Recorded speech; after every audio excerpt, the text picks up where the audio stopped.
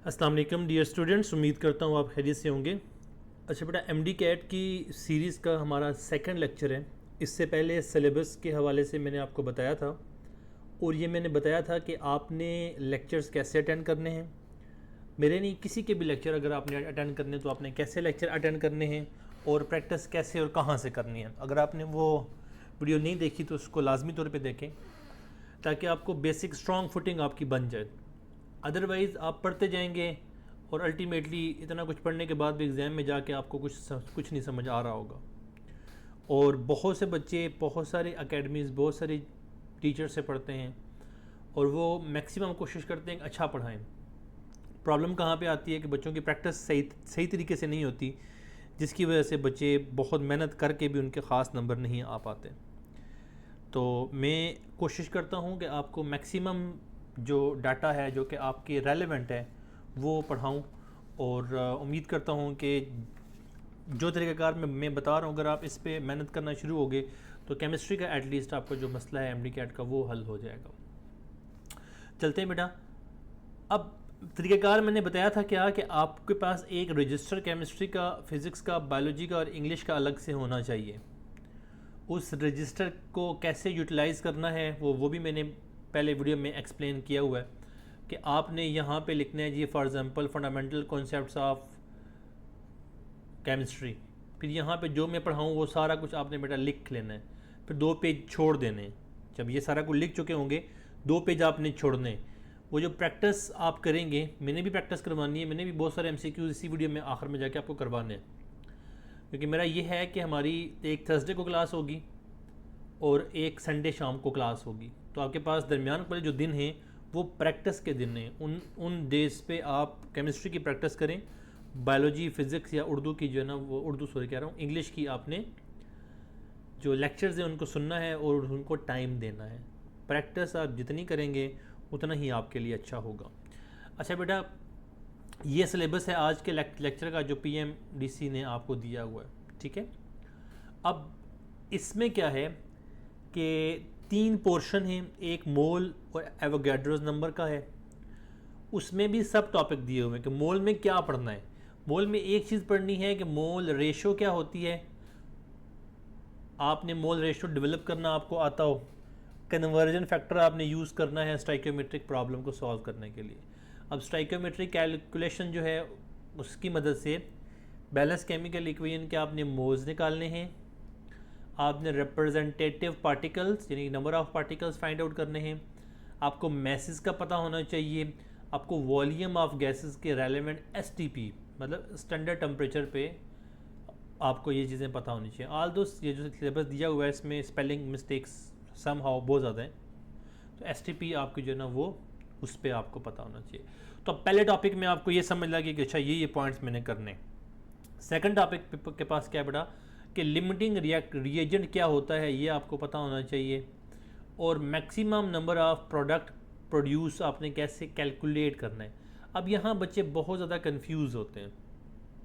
अब कंफ्यूज तो होंगे क्योंकि न्यूमेरिकल होंगे, तो न्यूमेरिकल आपने 5 नंबर का न्यूमेरिकल सॉल्व तो किया हुआ है, लेकिन उस न्यूमेरिकल को शॉर्ट क्वेश्चन के एतबार से कैसे करना है उसको हम देखेंगे। Amount of any reactant unreacted उसको देखेंगे बेटा हम। फिर यील्ड के हवाले से कुछ बेसिक कॉन्सेप्ट्स हैं कि थ्योरेटिकल यील्ड और परसेंटेज यील्ड फाइंड करने का तरीक़ाकार बताया हुआ है। फिर calculate the theoretical yield and percentage yield, ये आपको बेसिकली आपका ये जो चैप्टर है ये सारा का सारा चैप्टर किस टॉपिक के इर्द गिर्द मूव करता है बेटा, ये मोल्स के इर्द गिर्द मूव कर रहा होता है। अगर मोल का कॉन्सेप्ट आपको सही तरीके से बैठ गया, ये अगर आपके सही जहन में आ गया तो इंशाअल्लाह लज़ीम आपके मैक्सिमम चीज़ें जो है वो कॉन्सेप्ट्स क्लियर हो जाएंगे। फिर आप उसको ऐसा ऐसा वक्त के साथ साथ चीज़ों को डेवलप कर लेते हैं, ठीक है। सो अब अगर मैथ्स का जिक्र है हमारे पास तो हम इसको मैथ्स से ही शुरू कर लेंगे। फिर पहले हम देखेंगे कि एटॉमिक मैथ्स क्या होता है, मैथ्स नंबर जिसको कहते हैं, कितने इसमें नंबर ऑफ प्रोटॉन होते हैं। अब इसको क्यों बताऊंगा मैं आपको कि हम इसको क्यों फाइंड आउट कर रहे हैं, ठीक है। फिर मोल्स के एतबार से हम सारी चीज़ें जो है ना वो देख लेंगे। आप कहीं से भी पढ़ लें बेटा, मोर और लेस कंटेंट हर जगह पे आपको सेम मिल जाएगा, लेकिन तरीक़ाकार आपने देखना है कि इस चीज़ को सॉल्व कैसे करना है। ये बुक्स हैं बेटा, जो बुक्स आप यूज़ कर सकते हैं अपने रेफरेंस के तौर पे। कुछ बुक्स इसमें ऐसी भी हैं जो उन्होंने सारी चीज़ें इकट्ठी की हुई हैं। आप Balochistan textbook, Khyber Pakhtunkhwa, national book foundation federal board की, Punjab textbook, I guess मैंने उसकी तस्वीर नहीं लगाई, पंजाब टेक्स्ट बुक हो गई। अब अगर आप कर रहे हैं ई कैट, तो पंजाब टेक्स्ट बुक तो आपकी जो ना वो बाइबल के तौर पे काम करती है, मीन द मैन बुक के तौर पे काम करती है। अगर आप एमडी कैट कर रहे हैं तो केमिस्ट्री पंजाब टेक्स्ट बुक की भी अच्छी है, लेकिन उसके साथ साथ बाकी जो है ना आप कॉन्सेप्ट्स भी साथ में क्लियर करते रहें, ठीक है। और अगर आप किसी इदारे के साथ मुंसलिक हैं तो उसकी आपके पास बुक्स हैं, फॉर एग्ज़ाम्पल स्टेप के साथ अगर हैं, क्योंकि मैं स्टेप में पढ़ाता रहा हूँ, किप्स के साथ साथ हैं, किसी भी इदारे की जो प्रैक्टिस बुक है आपके पास है तब भी ठीक है। अदरवाइज़ में गूगल ड्राइव का लिंक नीचे जो है ना डिस्क्रिप्शन में दिया हुआ है, उससे आपको बुक्स मिल जाएंगी। और अगर आपने मज़ीद ख़ुद डाउनलोड करनी है तो बेटा वो वाइज गॉड के नाम से एक वेबसाइट है, वाइज गॉड के नाम से, वहाँ से आपको रिटन नोट्स मिल जाएंगे, वहाँ से आपको बहुत सारी चीज़ें मिल जाएंगी। बट बेटे नोट्स अपने बनाने हैं, बने बनाए नोट्स यूज़ नहीं करने, ठीक है। बने बनाए नोट्स एक सोर्स होता है, लेकिन जब आप ख़ुद बनाते हैं तो आप मल्टीपल सोर्स से पढ़ते हैं। आपने मेरे लेक्चर सुने, किसी XYZ और के लेक्चर सुने, किसी एकेडमी को ज्वाइन किया, वहाँ से लेक्चर सुने, आपने फिर बुक पढ़ी, अब सर कौन सी बुक पढ़ें, तो अक्सर ये रेकमेंड करते हैं जिस बोर्ड से हैं आप उस बोर्ड की बुक पढ़ लें। अगर आपको नहीं समझ आई उस वक्त तो आप पंजाब टेक्स्ट बुक पढ़ लें, ठीक है, इनिशियल स्टार्ट में, तो वो सारे कॉन्सेप्ट आपके जो है ना वो क्लियर होना शुरू हो जाएंगे। पंजाब टेक्स्ट बुक पुराने वाली, नए वाली नहीं, ठीक है, क्योंकि फ़र्स्ट ईयर में जो बुक है अभी वो चेंज हो गई है। और वो आपको मिल जाएगी जी, एक वेबसाइट है Punjab text book and curriculum को इस बोर्ड इस तरह के एतबार से लाहौर की अपनी पूरी वेबसाइट है, वहाँ कच्ची पक्की से लेके 12वीं तक आपको सारी जो है ना बुक्स अवेलेबल हैं। सो अब बेटा हम स्टार्ट करते हैं पहला टॉपिक हमारा। तो टॉपिक है जी हमारा moles and Avogadro's number, mole and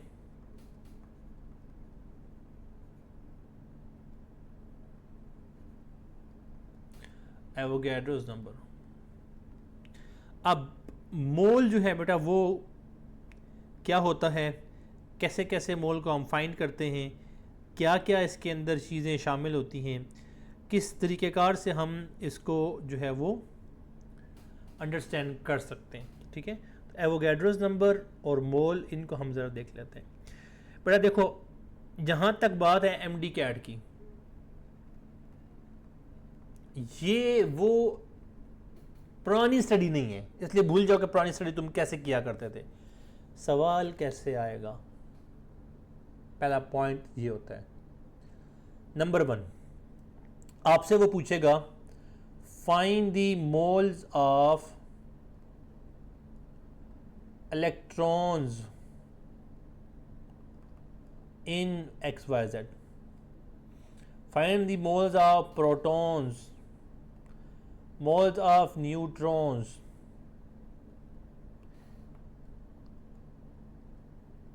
तो इसके लिए हमें क्या चाहिए, हमें चाहिए इसके लिए उस मॉलिक्यूल के, for example find moles of electrons in, for example मैं कहता हूं कि 98 ग्राम्स ऑफ H2SO4,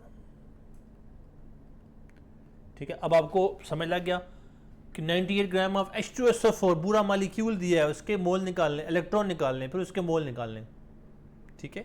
अब ये ऐसे सवाल हैं जो कि नॉर्मल स्टडीज़ में आपको नहीं मिलते, ठीक है। अच्छा, और देख लेते हैं हम सवालों को। आपसे वो पूछ लेता है कि लेट्स से मैं कहता हूँ कि if x is equal to 76, y is equal to 78, ठीक है, एंड x और y are isotonic, x and y are isotonic, find the atomic number of let's say मैं कहता हूँ y when atomic number of x is let's say 32। अब यहाँ सबसे जो बड़ी मुसीबत है, आप सारा कुछ कर लोगे अगर आपको ये जो आइसोटोनिक का लफ्ज़ है ये समझ आपको आ जाए। अगर ये आइसोटोनिक का लफ्ज़ आपको समझ आ जाए, जो कि होता है सेम नंबर ऑफ प्रोटॉन्स और सेम नंबर ऑफ न्यूट्रॉन्स। ये मैं वो क्वेश्चन बता रहा हूँ जो कि बहुत ही ज़्यादा कंसेप्चुअल करके वो आपको एग्ज़ाम में दे सकता है। ये नहीं ये बता रहा कि ये ही एग्ज़ाम में आएगा, ठीक है। आपके लिए एक बहुत अच्छी खबर है, वो ये है कि एमडी कैट का जो एग्ज़ाम है उसमें बेटा 70% जो है वो रिकॉल है, जिसको उर्दू ज़बान में आप रट्टा कहते हो, कि आप याद करने जो इंफॉर्मेशन बेस है बेटा वो आपका 70% क्या है, इंफॉर्मेशन बेस है, और 30% क्या है, कॉन्सेप्चुअल है। तो 30% जो कंसेप्चुअल है वो तो आपको मैं पढ़ा दूंगा, जो याद करने वाला है वो मैं आपको बताऊंगा कि आपने क्या याद करना है और कैसे याद करना है और कहाँ से याद करना है, ठीक है। सो अब ये सवाल तो ऐसे हल होने से रहे, सवाल किसका है, मोल का है। सवाल किसका है, मोल का है। लेकिन एटॉमिक नंबर, इलेक्ट्रॉन्स, ये बेसिस हैं जो कि हमें पहले अंडरस्टैंड करनी है। अगर इन बेसिस को हमने अंडरस्टैंड कर लिया तो बहुत सारे क्वेश्चंस हमारे हल हो जाएंगे, ठीक है। तो चलते हैं बेटा पहले टॉपिक की जो मैंने क्वेश्चन अभी आपको करवाए हैं, वो क्वेश्चन बताए हैं, वो इंशाल्लाह मैं आपको करवा भी दूंगा, डोंट वरी। तो टॉपिक है बेटा हमारे पास एटॉमिक मास,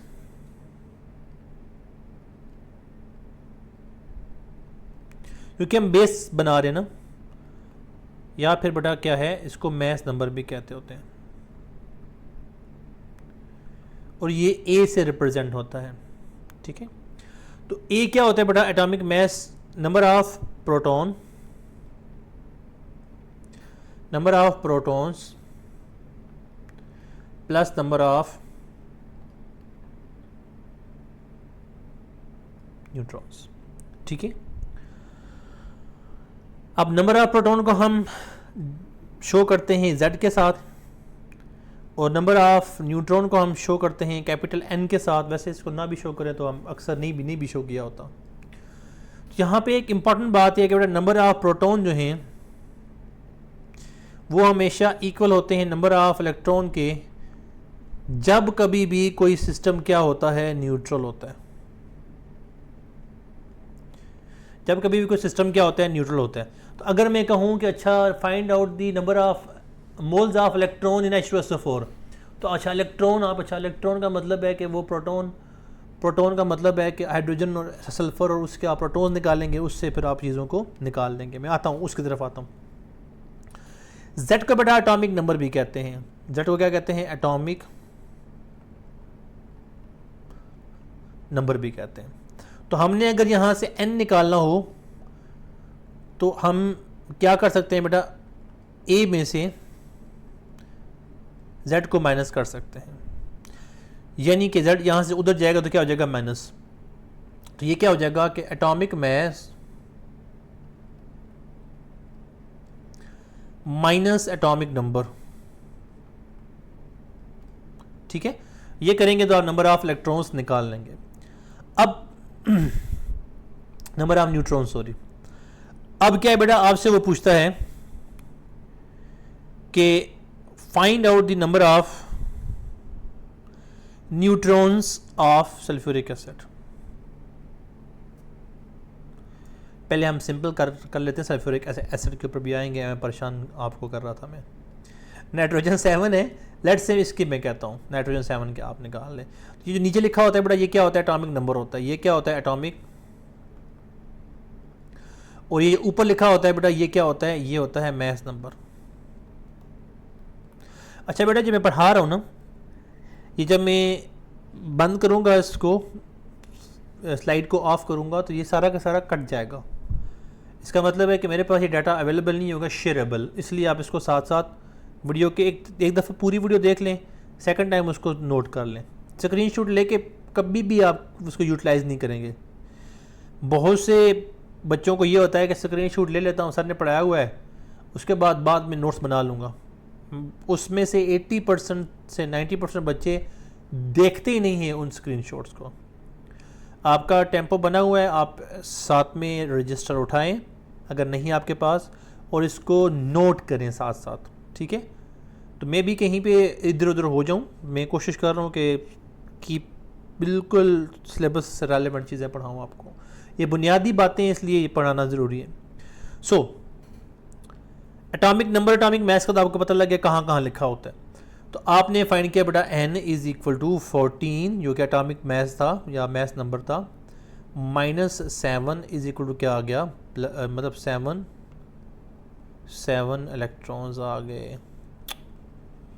7 में तो क्यों बार बार इलेक्ट्रॉन्स कहता हूँ, 7 न्यूट्रॉन आ गए। क्या आ गया बेटा, 7 न्यूट्रॉन आ गए।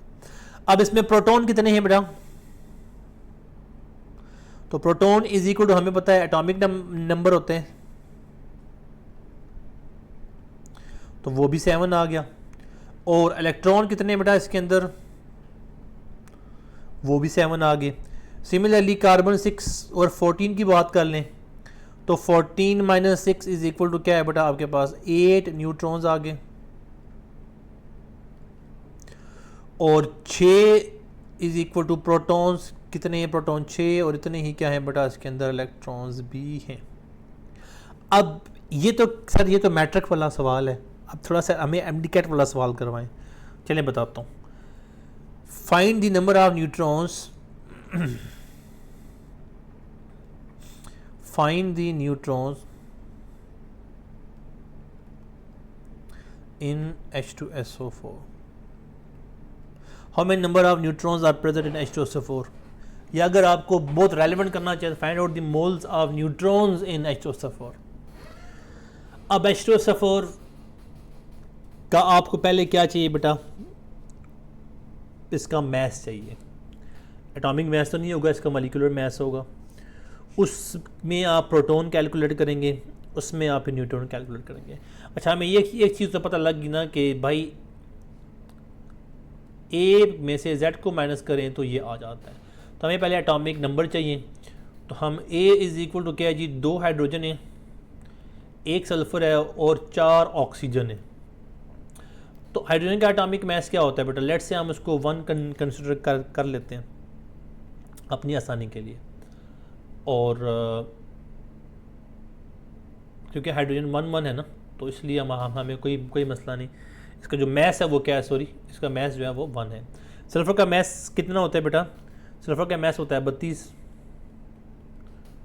4 ऑक्सीजन का मास होता है 16, तो ये कुल मिला के आपके पास आ जाएगा 98। ठीक है, ये क्या है जी, 98 है, ये एटॉमिक मास आ गया। अब Z फाइंड आउट करो, तो यहाँ पे क्या है बेटा, यहाँ पे 2 × 1 प्लस सल्फ़र का कितना होता है 16 प्लस 4 × 8। तो अब इसको आपको कैलकुलेट करना पड़ेगा विदाउट कैलकुलेटर। ठीक है, थोड़े बहुत पहाड़े थोड़े आप अपने सीधे कर लें, पहाड़े मतलब टेबल्स। तो यह जगह 2 + 16 प्लस क्या आ जाएगा बेटा, 8 3 = 32। तो अब ये क्या होगा कि 3 + 1 आपके पास आ गया 4, और ये 2 + 6 + 2, तो ये कुल मिला के आपके पास 50 बन जाएगा ना, मतलब 4 और ये 2 + 2 4 और 6 10, तो 40 और वो बन गए 50। तो आपके पास 50 आ गए। ठीक है, उधर भी मैंने ये करना था लेकिन मुझे वो याद नहीं रहा कि आप कैलकुलेटर नहीं यूज़ करते। तो 6 4 6 16 = 64, अदरवाइज़ को आप वो कैलकुलेट कर लीजिएगा। 6 4 = 24, तो 2 कैरी करके तो फिर 4 1 = 4, तो उसके में 2 आप ऐड कर लेंगे। फिर क्या करेंगे बेटा, फिर यहाँ पे 3 + 6 क्या हो जाएगा 9, और 2 + 2 4 4 + 4 8। ठीक है, तो n इज़ इक्वल टू क्या होगा बेटा, n is equal to 98 without calculator इसको सॉल्व कीजिएगा क्योंकि आपके पास कैलकुलेटर नहीं होता। 98 माइनस 50, तो अब 8 तो 0 से नहीं हो सकता, माइनस 9 में 5 गया तो क्या आ गया 48। तो आपके पास नंबर ऑफ न्यूट्रॉन्स कितने आ गए बेटा 48 आ गए। अब अगर आपसे वो पूछे, लेट से आपसे पूछता है कि आपने number of proton find out करने, वो तो आपने फाइंड आउट किए हुए हैं, कितने बेटा number of protons 50, number of electrons भी कितने होंगे 50, यानी आपको number of electron find out करने की ज़रूरत नहीं है। तो कुछ बुनियादी बातें आपको समझ आ गई हैं, कुछ बेसिक समझ आ गई है, न्यूट्रॉन की जगह प्रोटॉन फाइंड करने, इलेक्ट्रॉन फाइंड करने। अब हम चलते हैं आगे जो क्वेश्चन मैंने बताया था ज़रा उसकी तरफ आते हैं। मोल्स ऑफ न्यूट्रॉन, अब देखो न्यूट्रॉन हमारे पास कितने आ गए 48, तो इसके मोल्स कैसे निकालने, मोल्स इज इक्वल टू जो भी आइडेंटिटी आपके पास है उसको मल्टीप्लाई कर देना है एवोगाड्रोस नंबर के साथ। हमने अभी तक नहीं पढ़ा ना, इसलिए हम यहाँ पे होल्ड करते हैं, रुको ज़रा सब्र करो। अभी तक जो कंसेप्ट क्लियर हुआ उसके रेलेवेंट एक क्वेश्चन हम करते हैं जी। अच्छा, क्वेश्चन में ना इस पूरी डिस्कशन के एंड में आपको जितने पॉसिबल क्वेश्चन मुझसे पॉसिबल हो सके वो मैं आपको करवा दूंगा, लेकिन आपने जो बुक्स मैंने कही हैं, जो वाइज गॉड से आपको मिलनी है, वहाँ से प्रैक्टिस करनी है, अपने नोट्स बनाने हैं, ठीक है। बेटा आपके पास क्या था जी, x is equal to 76 and y is equal to 78, both are isotonic, means they are having same number of neutrons. अच्छा बेटा, यहाँ पे ना कुछ चीज़ें पहले ही आप समझ लें, लफ्ज़ एसिटोनिक आ गया इसलिए हम यहाँ पे कुछ और भी बात कर लेते हैं। एक चीज़ होती है बेटा जिसको हम कहते हैं आइसोटोप।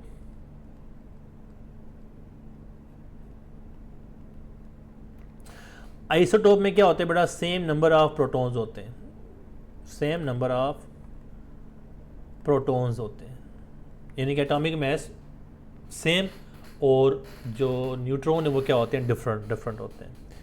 दूसरा क्या है बेटा आइसोटोनिक, इसमें सेम नंबर ऑफ न्यूट्रॉन होते हैं। तीसरा बेटा आइसो इलेक्ट्रॉनिक, इसमें तो मसला नहीं है, इसमें आपके पास क्या होगा सेम नंबर ऑफ इलेक्ट्रॉन्स होंगे। अब सर हमें कैसे याद रहे कि ये आइसोटोप है, आइसोटोप में P से याद रख लो प्रोटॉन, आइसोटोन में N से याद रख लो न्यूट्रॉन, इसमें इलेक्ट्रॉन से याद रख लो इलेक्ट्रॉन, ठीक है। ये तो आपको सिंपल सी बात है। हाँ, अब एक और चीज़ यूज होती है वो है आइसोबार। अब बार कहते हैं ऊपर वाली चीज़ को, तो जिनका फॉर एग्जांपल मैं कहता हूँ कि नाइट्रोजन क्या है बेटा 14 है ना, कार्बन भी 14 है, तो इनके जो ऊपर वाला हिस्सा ये क्या है बराबर है बार वाला, तो इसमें इसको कहते हैं बेटा nucleons, same number of same mass number, आप सब समझ लो सेम मैस नंबर। और न्यूट्रॉन और प्रोटॉन को न्यूट्रॉन और प्रोटॉन को मिला के हाँ आपके पास होता है न्यूक्लियोन्स कहते हैं। क्या कहते हैं इसको, प्रोटॉन और न्यूट्रॉन को मिला के जो नंबर बनता है मैस नंबर, उनको न्यूक्लियोन भी कहते हैं, यानी कि न्यूक्लियस में पाए जाने वाले। ठीक हो गया, तो अब आपको ये कॉन्सेप्ट वैसे भी क्लियर हो गया। सेटअप का मैंने आगे डिटेल बताने आपको, परेशान ना हो उसके बारे में। अब x क्या है जी 76, y क्या है 78, दोनों क्या है आइसोटोनिक, नंबर ऑफ न्यूट्रॉन्स क्या है सेम। तो कहता है कि if atomic number of x is 32, find atomic number of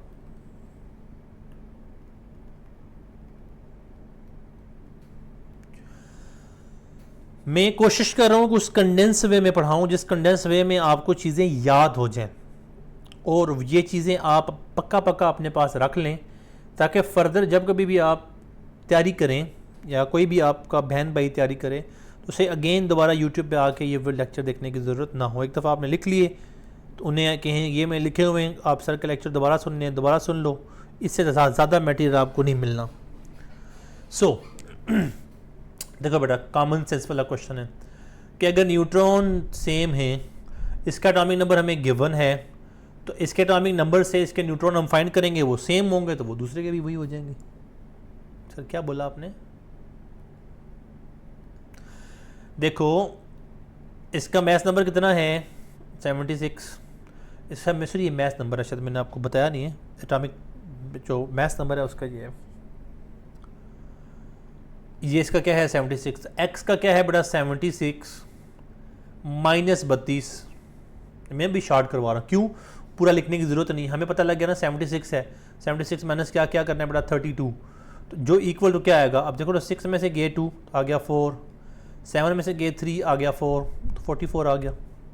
ठीक है, ओ तो आपके पास क्या हुआ 7 में से ये आपके पास 44 आ गया। ठीक है, इतनी मैथ तो आती है ना। सो अब क्या है जी, अब आपने क्या करना है, आपको पता लग गया अच्छा जी इसका जो क्या है न्यूट्रॉन्स है बेटा वो क्या है, न्यूट्रॉन्स ऑफ एक्स क्या है 44।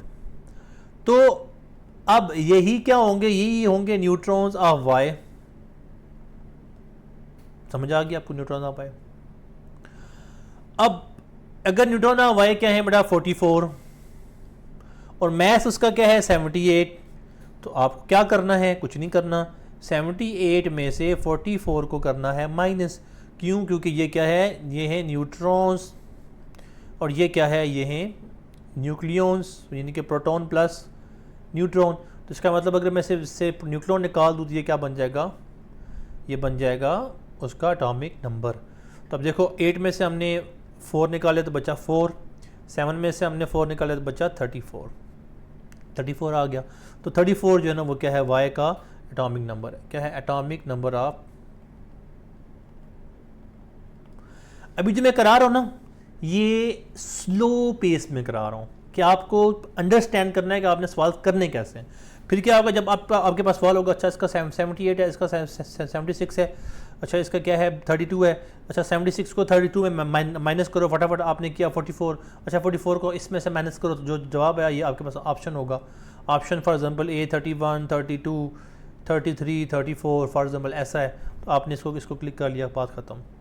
ये याद रखेगा ये 32, 33, 32 तो गिवन होगा ना, क्योंकि आपने जब निकालना है इधर से आपने, अच्छा 44 भी हो सकता है गिवन हो सकता है 44 गिवन हो, क्योंकि बच्चे सवाल जब करते हैं ना आधा, तो समा 44 आंसर आता है, आधे में वो मैच हो रहा होता है, उसको लगा के आ जाते हैं। नंबर ऑफ न्यूट्रॉन उसने नहीं पूछे, उसने पूछा है इसका एटॉमिक नंबर, तो आपका क्या बन जाएगा 34। समझ आ गई? अब कुछ ना कुछ आपको समझ आया होगा। एक ये कि यह बहुत मुश्किल है, दूसरा ये कि अगर आप प्रैक्टिस करेंगे तो आपको चीज़ें आसान लगेंगी। मुश्किल नहीं है बेटे, लेकिन to be very honest being a teacher मैं ये बता रहा हूँ कि MCQs is the toughest exam, क्योंकि आपके सामने आंसर होता है और आपको समझ नहीं आ रही होती। मोस्ट कन्फ्यूजिंग एग्जाम होता है, और आपके MD कैट के बाद आपके मेडिकल में भी MCQs होते हैं, और समहाउ बीइंग अ टीचर मुझे खुद भी MCQs में प्रॉब्लम आ जाती होती है। Sorry for the stammering. So यहाँ तक क्लियर हो गया बेटा, यहाँ तक बहुत सारी बातें हमने पढ़ ली, बहुत सारी चीज़ें पढ़ ली। अब आपने कुछ कंपाउंड्स की क्या क्या करने, number of proton, number of electron, number of neutrons को खुद निकालना है। जस्ट लाइक वाटर कह लें, जस्ट लाइक BeCl2 कर लें, BF3 कर लें, नियोन कर लें, वगैरह वगैरह।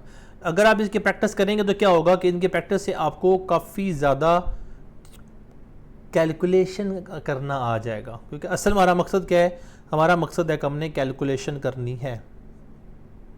तो आपके जहन में आ रहा होगा सर आप कहाँ से पढ़ा रहे हैं, तो बेटा मैं इन्हीं किताबों से, जो किताबें मैंने आपको बताई हैं इन्हीं किताबों से पढ़ा रहा हूँ। ठीक है, किसी एक किताब से नहीं पढ़ा रहा, किसी एक लेक्चर से भी नहीं पढ़ा रहा, बस जो मुझे जहन में है जो मैं पढ़ाता रहा हूँ। तो वो कि यहाँ से आने से पहले मैं एक बच्चे को जाके अपना रजिस्टर दे आया था कि मैंने कहा यार मैंने कहाँ पढ़ाना है इसके बाद, बट आप लोगों की किस्मत में था। अब बेटा जो मेन चीज़ है वो होगी क्लियर। दूसरी जो इंपॉर्टेंट चीज़ है वो है मैस के साथ रिलेटिव एटॉमिक मैस। क्या? रिलेटिव एटॉमिक मैस, उसको ज़रा हम देख लेते हैं। रिलेटिव मतलब क्या होते हैं? रिश्तेदार होते हैं। रिलेटिव का मतलब होता है किसी रेफरेंस के मुताबिक आपने किसी चीज़ को फाइंड आउट किया है, ठीक है। अब रिलेटिव एटॉमिक मैस जो है, जिसको अक्सर हम मैस लिखते होते हैं, इसको अक्सर ए भी लिख लेते होते हैं, लेकिन ये एटॉमिक मैस से डिफरेंट है। क्यों? क्योंकि वो सिर्फ एक आइसोटोप का होता है, ये ओवरऑल होता है। इसलिए बड़ा इसको दूसरा नाम देते हैं average atomic mass. Average atomic mass, या समहाउ इसको फ्रैक्शनल एटॉमिक मैस भी कहते होते हैं। फ्रैक्शनल एटॉमिक मैस भी कहते होते हैं। अब इसकी डेफिनेशन क्या है? वो तो सिंपल है, वो तो आप बचपन से पढ़ते आ रहे हैं कि वो मैस जो कि हमने क्या क्या किया है बेटा, कंपेयर किया है, यानी कि mass of an atom, mass of an atom of an element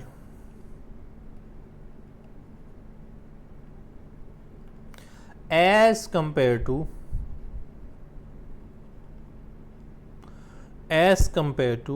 the mass of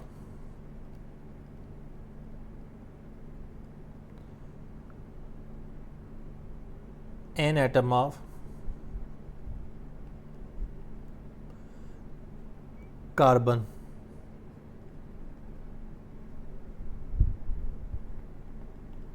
अब बहुत से बच्चे इस चीज़ में कंफ्यूज होते हैं कि why carbon is taken as the reference, why carbon is taken as the main reference, ठीक है। बहुत सारी बातें इसके अंदर। एक तो ये है कि इसकी रिलेटिव अबंडेंस बहुत ज़्यादा है, 99-98% तक है। सेकंड जो है, अच्छा टू बी प्रीसाइज अगर मैं आपको बताऊं तो कार्बन 12 की जो है वो 98.893% है। क्या बेटा? मुझे भूल गया था कि आप एमडी कैट के स्टूडेंट हैं। 98.893% जो है ना इसकी क्या है, रिलेटिव अबंडेंस है। दूसरा इसका जो मैस है वो 12.0000 है। तो एक अच्छा मैस, यानी कि जो एटॉमिक मैस है वो अच्छा होने की बिना पे हम इसको कंसिडर करते हैं एज आ रेफरेंस। तो अब कंपेयर के मुताबिक वो समहाउ हम इसको ऐसा भी लिखते होते हैं कि 1/12 मैस ऑफ कार्बन। अब 1/12 मैस ऑफ कार्बन का मतलब क्या है कि कार्बन 12 हैं, तो 12 के 12 से डिवाइड करेंगे तो एक बन जाएगा, वो एक रेफरेंस के तौर पे आप ले लेंगे, ठीक है।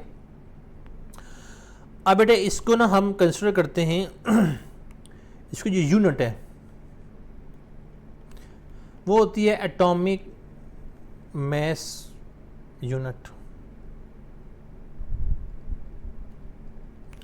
और हुर्फ़े आम में इसको हम AMU लिखते हैं, ठीक है। फॉर एग्जांपल हाइड्रोजन का जो है वो क्या है, मैस 1.008 है AMU में as compare to carbon 12।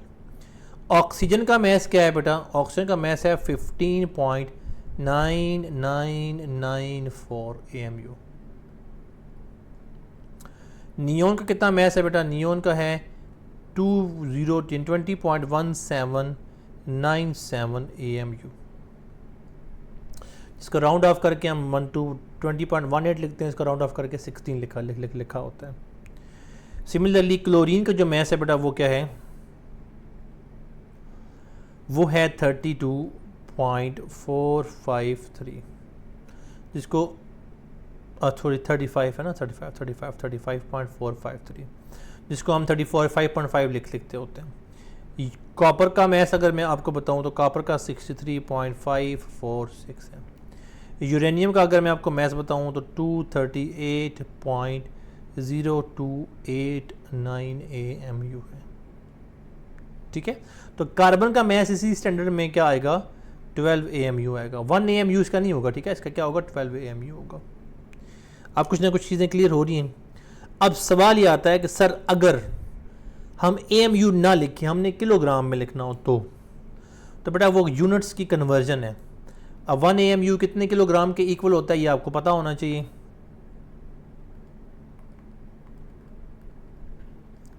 Colour, अच्छा यहाँ पे कलर चेंज होगा, बाहर थी नीचे। सो 1 AMU क्या है बेटा, 1 AMU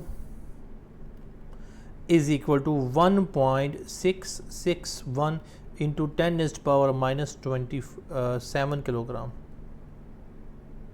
अच्छा बेटा एक इंटरेस्टिंग बात है कि ये 1 इज इक्वल टू NA के इक्वल होती है वैल्यू, ये वाली वैल्यू जो नहीं ये। अब 1 इज इक्वल टू NA, या आप 1 डिवाइडेड बाई 6.022 करो तो ये 1.661 आ जाती है। लेकिन आपके पास कैलकुलेटर नहीं होता ना, इसलिए आप ये निकाल नहीं सकते, तो इसलिए आपको याद करनी पड़ेगी। वरना एग्जाम में ये ट्रिक होती है कि इसको NA से डिवाइड कर लो तो वो खुद ब खुद आ जाती है, वैल्यू आपको याद हो जाती है। अच्छा बेटा 1.661 इंटू 10⁻⁻24 हो जाएगा अगर ये क्या है ग्राम में, और 1.661 इंटू 10⁻⁻21 हो जाएगा अगर ये मिलीग्राम में। ठीक है, समहाउ वो आपको कंफ्यूज करने के लिए वैल्यू ग्राम में दे देता है, मिलीग्राम में दे देता है, इसलिए वैल्यूज आपको क्या होनी चाहिए, याद होनी चाहिए। अच्छा डायमीटर ऑफ एन एटम कितना होता है बेटा, ये कुछ बुनियादी बातें हैं जो कि डायरेक्टली रेलेवेंट नहीं है, लेकिन अगर इस तरह का कोई क्वेश्चन आ गया तो एग्जामिनर के पास जवाब होगा कि भाई हमने तो कहा था कि आपने ये मैथ्स याद करना है with respect to moles. 0.2 nanometre बेटा, या 2 इंटू 10⁻⁻10 मीटर भी कहते हैं, या फिर उसको 2 एंगस्ट्रम कहते हैं, A⁻�0। ठीक है, तो 1/12 of the atom of carbon वो आपको क्लियर हो गया। 1/Na ग्राम्स, ये क्या है बेटा, ये ग्राम में, ये ग्राम में है। ठीक है, ये 10⁻⁻27 नहीं आएगा, ये 24 आएगा जब ऊपर लेके जाओगे तो। सो अब average atomic mass find out करने का फार्मूला क्या है, तो फार्मूला बेटा क्या है कि average atomic mass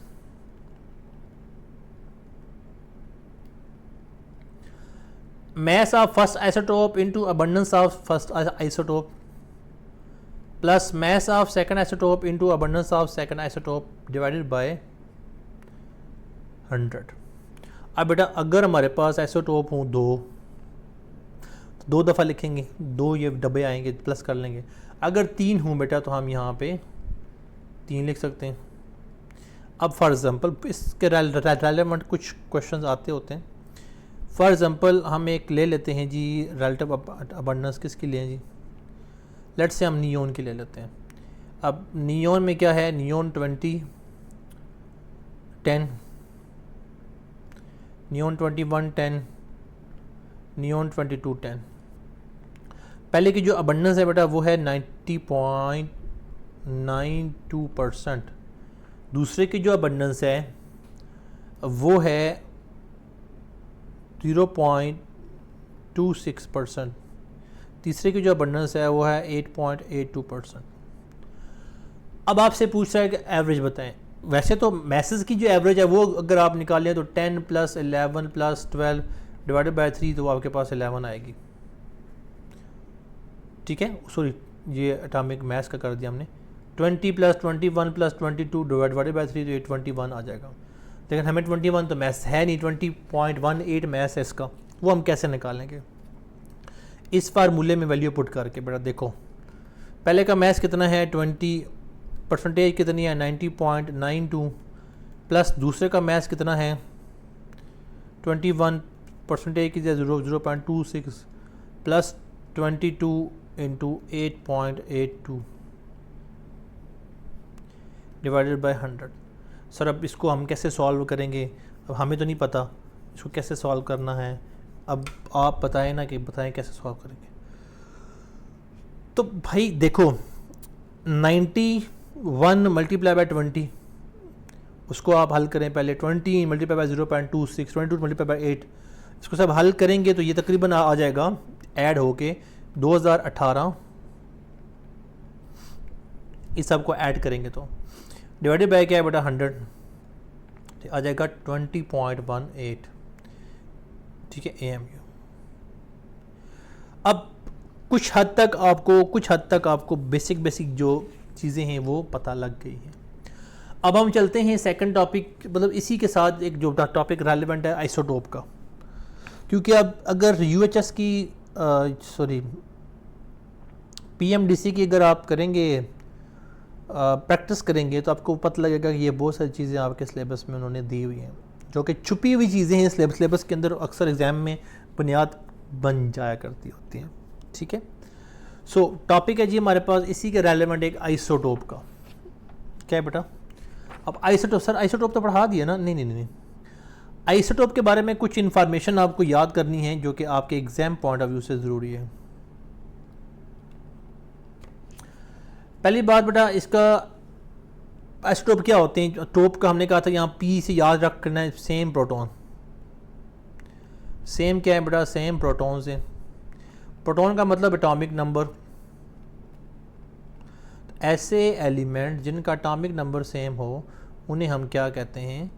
mass number different हो उन्हें हम क्या कहते हैं बेटा? उन्हें हम कहते हैं आइसोटोप्स कहते हैं। क्या कहते हैं? उन्हें हम कहते हैं आइसोटोप्स। आइसोटोप के बारे में पहली जो इन्फॉर्मेशन आपको याद करनी है वो ये है कि किसके कितने आइसोटोप हैं।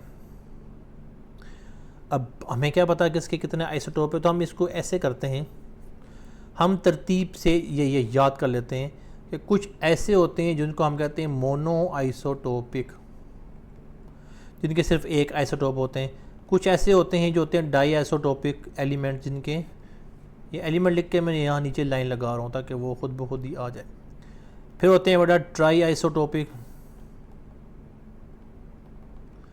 जिनमें एक आइसोटोप, दो आइसोटोप, तीन आइसोटोप, चार आइसोटोप, पाँच आइसोटोप, 6 आइसोटोप बेटा, 9 आइसोटोप और 11 आइसोटोप और 16 आइसोटोप। अच्छा जी, मोनो आइसोटोपिक कौन से हैं बेटा?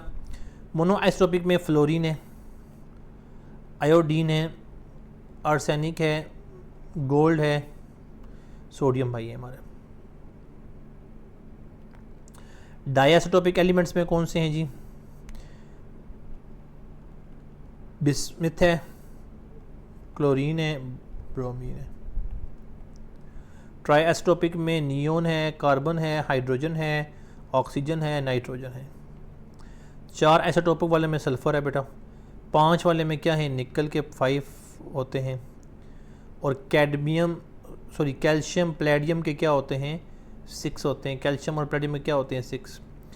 और कैडमियम के क्या होते हैं बेटा? 9। कैडमियम के क्या होते हैं? 9।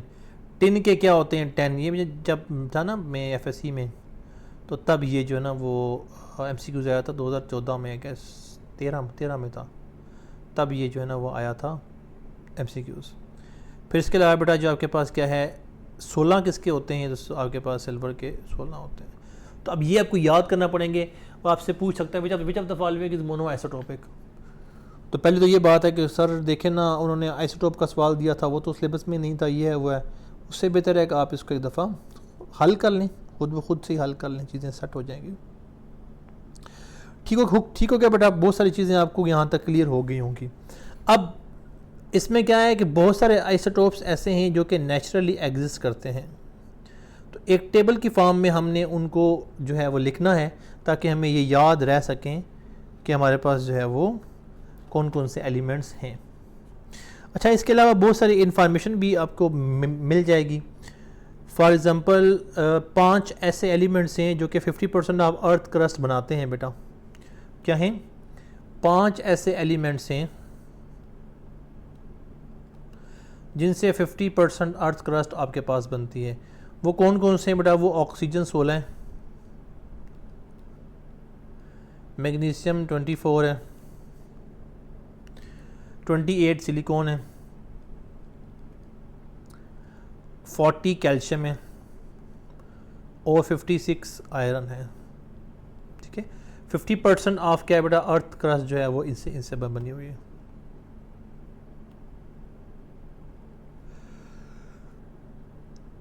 तो अब आपके पास जो है बेटा क्या है कि कितने आइसोटोप्स आपके पास टोटल हैं। तो टोटल आपके पास आइसोटोप्स है बेटा 580।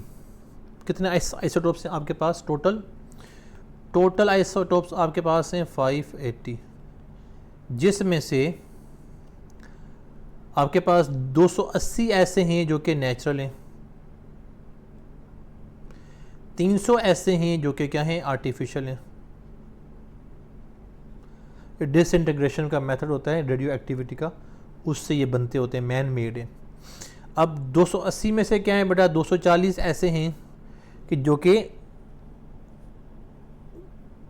240 जो आइसोटोप्स बेटा हैं वो हमारे पास नेचुरली अक्कर करते हैं, और इसमें क्या है, जिनका इवन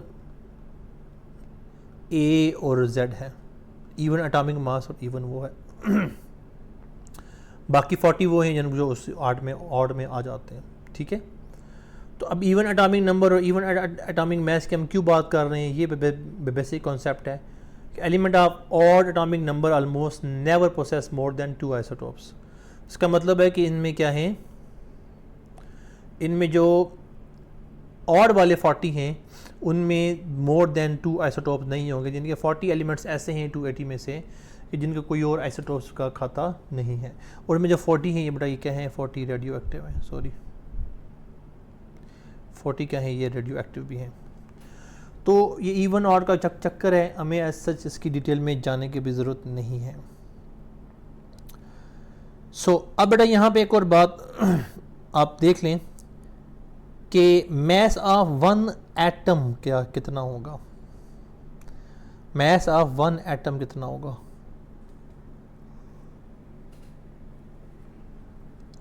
तो मैस ऑफ वन एटम बेटा क्या होगा,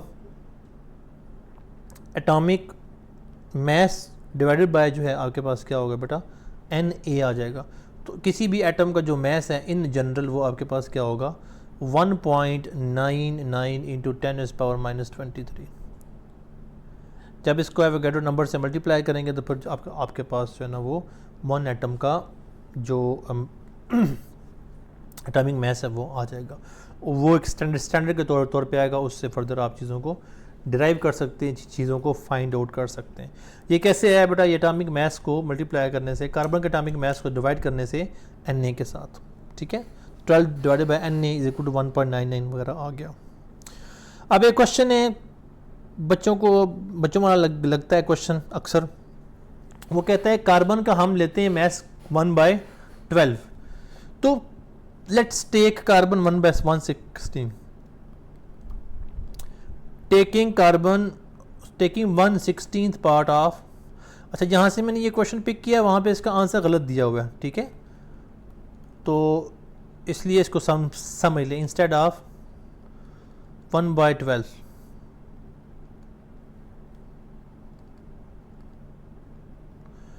carbon 12 as AMU।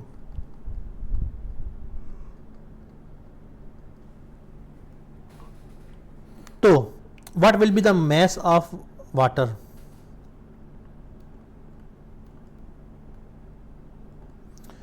What will be the mass of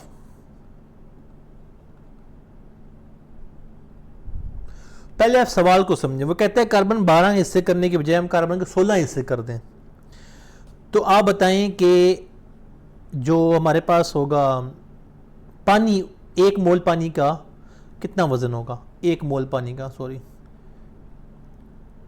यहाँ पे मैस ऑफ वन एक ही बात है, 1 मोल ऑफ वाटर की बात कर रहे हैं। अब देखो,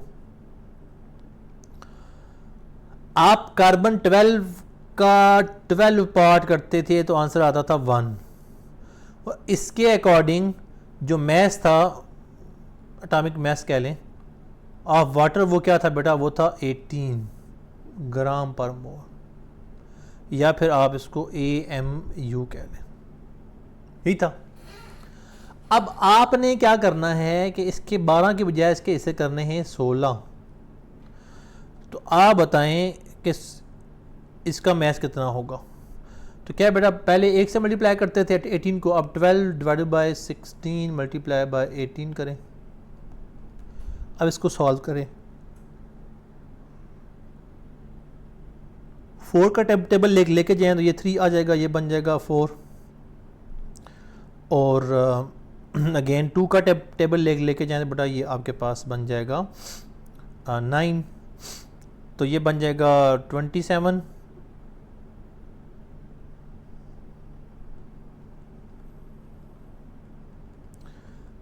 तो आपके पास क्या आएगा 13.5 ऑलमोस्ट, या जिसको सम टाइम 14 आप कंसिडर करते हो, ठीक है। तो सिंपल आपने क्या किया बेटा, आपने कैलकुलेटर की बजाय आपने जस्ट जो है वो अपना वो यूज़ किया दिमाग, और आपने जो फाइंड की वैल्यू है 13.5, तो 13.5 ग्राम जो है ना इसका आएगा। जहाँ से मैंने इसको देखा था वहाँ 9 इसका आंसर था, बाद में मैंने बड़े कैलकुलेट करके देखा तो आंसर 13.5 बनता है, ठीक है। So carbon is 3 time heavier than what.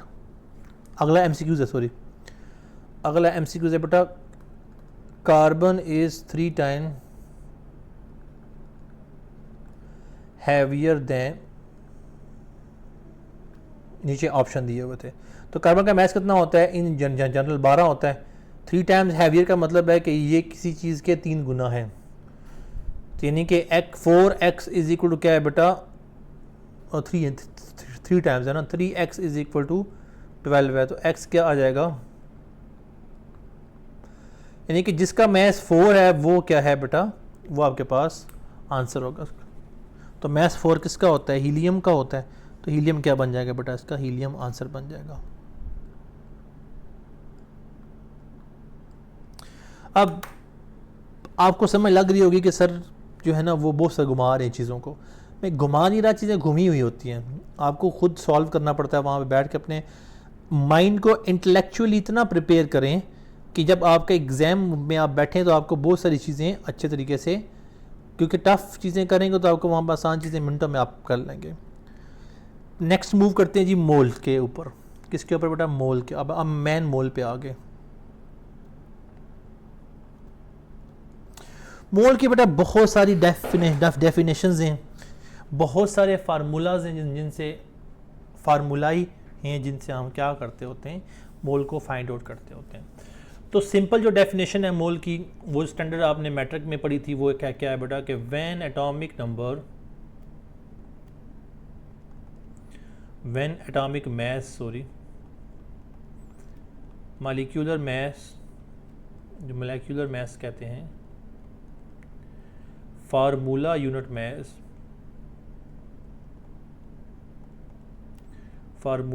मास और आयोनिक मास, और क्या है बेटा, ionic mass of substance is express का मतलब है टेकन एज, लिया गया, इन ग्राम, इज कॉल्ड अ मोल, ठीक है। जब एटॉमिक मास को एक्सप्रेस करते हैं ग्राम में, तो जो आपके पास वैल्यू आती है वो 1 मोल के इक्वल कहलाती है। मतलब क्या, देखो 1 मोल ऑफ लेट्स से मैं कहता हूँ कि हाइड्रोजन है, सिंपल सा हमारे पास एलिमेंट है, उसी को हम कंसिडर कर लेते हैं हाइड्रोजन। उसकी बेटा क्या है 1.008 AMU था, याद है ना। अब हमने क्या किया है, उस AMU को चेंज करके, अच्छा बेटा आपका एम्पेरिकल फार्मूला और मॉलिक्यूलर फार्मूला वाला पहले सिलेबस में था, अब नहीं है, ठीक है, इसलिए उसके बात अब ऊपर हम डिस्कशन नहीं करेंगे। सो दूसरी बेटा लेट्स से हम बात कर लेते हैं कार्बन की। 1 मोल ऑफ कार्बन क्या है बेटा, 15.999 AMU। अब हम इसको अगर लिख दें ग्राम में, अगर मैं इसको लिख दूं ग्राम में, तो ये क्या बन जाएगा, ये 1 मोल का मास बन जाएगा, ठीक है। सिमिलरली 1 मोल ऑफ यूरेनियम, तो वो क्या बन जाएगा 238.0 ग्राम, ठीक हो गया। सल्फेट आयन अगर आप कर लें -2 आयनिक स्पीशीज अगर हम कंसिडर करें, तो ये 96 ग्राम हो जाएगा। और अगर मैं कहूँ कि बेटा NaCl है, तो 1 मोल इन सब का क्या है, इनके मास के इक्वल है, सोडियम का होता है 23, इसका 35.5, तो ओवरऑल 58.5 हो जाएगा। ये इसकी पहली डेफिनेशन है। अब इसका होता है फार्मूला। इससे क्या होता है फार्मूला? फार्मूला बेटा जनरल फार्मूला जब भी लिखते हैं ना, तो पहले तो आप इसको कंसिडर करें कि मोल का जनरल फार्मूला है mess in gram over molar mass. अब मोलर मैस का सबसे बड़ा मसला है कि मोलर मैस एक मोल का होता है। अब ये एटम के लिए कहलाएगा एटॉमिक मैस,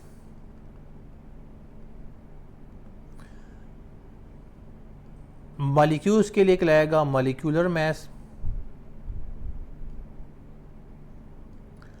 आयन के लिए कहलाएगा आयनिक मैस, और फार्मूला यूनिट के लिए कहलाएगा फार्मूला मैस। तो ये जो फार्मूला है आपका, ये क्या हो जाएगा मॉडिफाई हो जाएगा। कैसे मॉडिफाई होगा ज़रा देखें। Mole is equal to moles of atom is equal to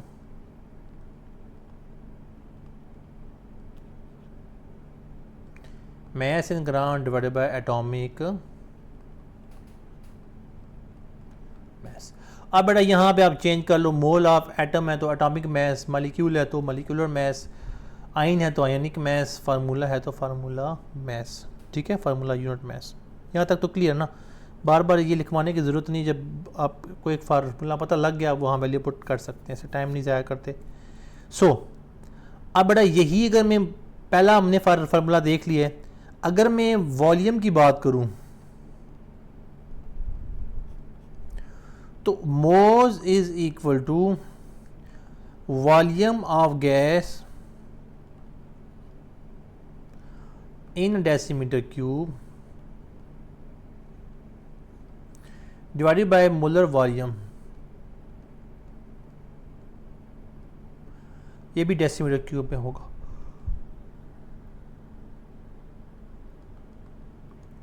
For any 1 molar gas, ये वैल्यू क्या होती है बेटा सेम होती है। ये वैल्यू क्या होती है सेम होती है। For any 1 mole of gas, molar volume is equal to 22.414 decimeter cube at STP। अब STP का मतलब क्या है? टेम्परेचर होगा 0 डिग्री, प्रेशर होगा 1 एटमॉस्फेरिक। सर एसटीपी के अलावा कोई और चीज़ होती है? जी होती है। उसका हम क्या कहते हैं? नॉर्मल टेम्परेचर एंड प्रेशर, या फिर रूम टेम्परेचर एंड प्रेशर, ये पी है। फिर उस पर क्या ये मोलर वॉल्यूम की वैल्यू बदलती है? जी बदलती है। उसमें 24 डेसीमीटर क्यूब हो जाता है एट क्या बेटा रूम टेम्परेचर एंड प्रेशर। ठीक है, तो इसका मतलब है कि हमारे पास सिर्फ अगर ये वॉल्यूम गिवन हो, ये तो हम डायरेक्ट निकाल लेंगे, यानी कि ये वॉल्यूम हमें निकालने की ज़रूरत नहीं है। ये निकला हमारे पास पड़ा हुआ है। हम बस वॉल्यूम ऑफ गैस दो, हम उसको इससे डिवाइड करेंगे तो हमारे पास आंसर आ जाएगा। इसलिए आपसे पूछ जाता है कि moles of 10 decimetre cube of a gas और आप कहते हैं सर मोलर मैस तो दिया नहीं हुआ। मोलर मैस देने की ज़रूरत क्या है? मोलर वॉल्यूम आपको नहीं दिया हुआ, तो मोलर वॉल्यूम अंडरस्टूड है कि फिक्स होता है, मोलर वॉल्यूम चेंज नहीं होता, तो इसलिए इजीली आप उसको निकाल सकते हैं। तो अभी तक हमने क्या कहा है बेटा कि एक आप मोल ऑफ एटम से क्या कर सकते हैं? आप मोल ऑफ एटम कैसे फाइंड कर सकते हैं? Mass in gram divided by atomic mass, और mole of molecule mass in gram divided by molecular mass, ion divided by ionic mass, और formula unit divided by formula unit. ठीक है, so अब volume क्या है बेटा? Volume of gas in decimetre cube divided by molar volume. ठीक हो गया। अब हम चलते हैं आगे। सो अब इसके बाद क्या है बेटा? इसके बाद है नंबर ऑफ पार्टिकल्स फाइंड करना। क्या है? नंबर ऑफ पार्टिकल्स फाइंड करना।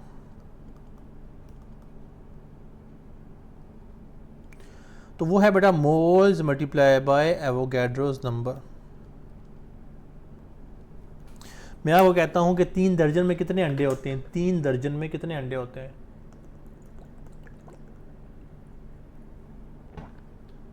आप कहते हैं 36। कैसे कहते हैं? 3 को 12 से मल्टीप्लाई करते हैं। जो मोल आपके पास गिवन है ये वो वैल्यू है 3, और इसकी क्या है, ये 12 एग्जैक्टली 1 मोल की वैल्यू है।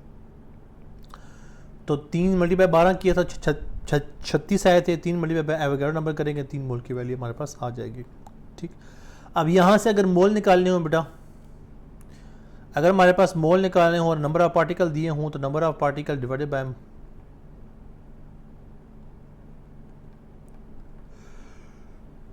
एन आ जाएगा। अब देखो यहाँ बड़ी इंपॉर्टेंट बात है कि 6.022 इंटू 10⁻⁻23, जब भी ये हाफ होगा, कम होगा, ज़्यादा होगा, बढ़ेगा, तो इस वैल्यू के ऊपर कोई फ़र्क नहीं पड़ना। लेट से हाफ हो गया तो ये आ जाएगा 3.011 इंटू 10⁻⁻23। अगर ये डबल हो गया तो आ जाएगा 1.12 है ना, तो 1.2 आ जाएगा, 12.044 आ जाएगा, मल्टीप्लाई बाय 10⁻23। ये प्लस है, सॉरी, ठीक है, 10⁻+23। अब क्या होगा कि यहाँ पे अगर आप पॉइंट चेंज करना चाहें तो फिर यहाँ पे वैल्यू बढ़ेगी या कम होगी। ठीक है, तो वो चेंज तब करना है जब आपको पता लगे कि अच्छा ये वैल्यू करनी पड़ेगी, न्यूमेरिकल में इस तरह की वैल्यू है वगैरह वगैरह वगैरह। अक्सर केस में नहीं चेंज करना पड़ती। ठीक है,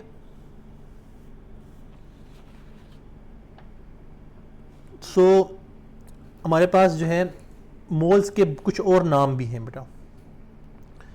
मोल के क्या हैं बेटा? मोल के कुछ और नाम भी हैं। फॉर एग्जांपल मोल को क्या क्या कहते हैं? ग्राम एटम भी कहते हैं। क्या कहते हैं बेटा? Gram atom. मोल को ग्राम मॉलिक्यूल भी कहते हैं। मोल को आप ग्राम आइन भी कहते हैं। मोल को आप ग्राम फार्मूला भी कहते हैं। फार्मूला या फिर ग्राम फार्मूला यूनिट। इसके फिर फार्मूला अलग से बनेगा कि ग्राम एटम अगर आपने फाइंड करने हैं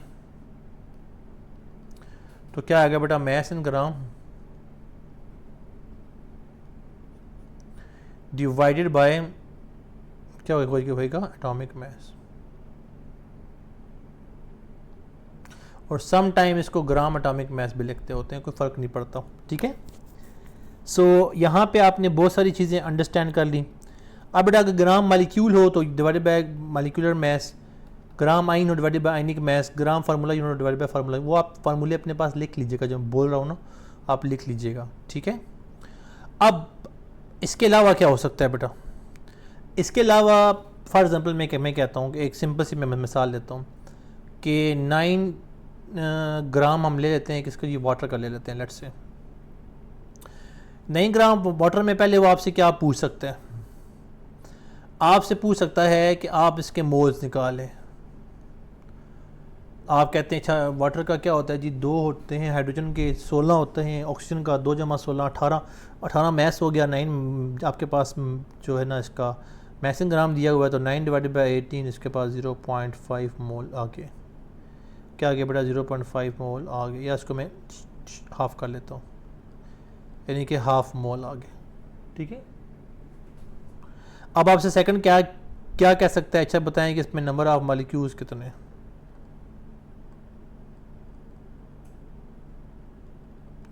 तो नंबर ऑफ मॉलिक्यूल्स क्या होता है बेटा? Moles divided by moles multiply by Na। Moles कितने? हाफ। Na की वैल्यू क्या होती है? ये 3.01 + 23। ठीक है, सो आपने number of moles find out कर लिए। अच्छा यहाँ से आपसे पूछ सकता है कि टोटल नंबर ऑफ एटम्स बताएं। टोटल नंबर ऑफ एटम बेटा करने के लिए moles of molecule multiply bye जितने नंबर ऑफ एटम पर मॉलिक्यूल। एटम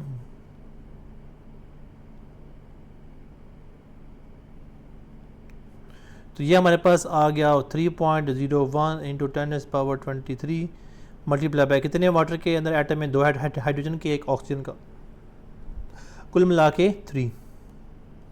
तो आंसर आ जाएगा 9.03 इंटू 10⁻23। 23 से डायरेक्ट मल्टीप्लाई नहीं कर देना, ये जिसको पता लगे 69 किया हो आपने, ठीक है। तो पावर 10 पावर चेंज नहीं होती अनटिल अनलेस के इशारिया आप इधर उधर पॉइंट आप इधर उधर ना करें तो, ठीक है। अच्छा, हाइड्रोजन एटम फाइंड आउट करें, नंबर ऑफ हाइड्रोजन एटम आप फाइंड आउट करें, ऑक्सीजन एटम आप फाइंड आउट करें, फार्मूला वही है।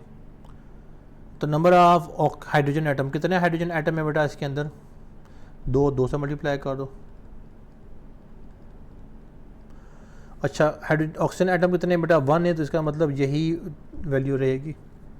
अच्छा, इसके अलावा ना एक और चीज़ पता करते हैं, number of covalent bonds, number of covalent bonds. अब आपसे पूछता है find the number of covalent bond in 9 gram of H2O is, आपको सॉल्व नहीं करना पड़ता। अच्छा, आप कहते हैं 9 ग्राम में वाटर का मालिक्यूलर मास होता है 18, 9 डिवाइड बाई 18 हाफ हो गया, और मल्टीप्लाई बाई एन तो एन का हाफ हो जाएगा। एन का हाफ क्या होता है, समझ आई।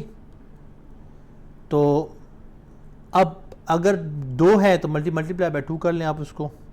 तो अब यहाँ आपको पता है कि हाइड्रोजन ऑक्सीजन से जुड़ा होता है, तो 2 इसके अंदर क्या है, कोवलेंट बॉन्ड है। तो आप कोवलेंट बॉन्ड अगर आप फाइंड आउट करना चाहें तो 3.01 into 10⁻23 multiply by is equal to Avogadro's number, ठीक है। तो बहुत सारी चीज़ें आपको अभी क्लियर हो गई होंगी। चलिए फार्मूलाज देख लें इसके, लिख लेते हैं हम कि नंबर ऑफ मॉलिक्यूल्स अगर आपने फाइंड आउट करने हों तो वो कैसे फाइंड आउट करते हैं बेटा। नंबर ऑफ मॉलिक्यूल्स अगर आपने फाइंड करने हो तो वो mass in gram of molecule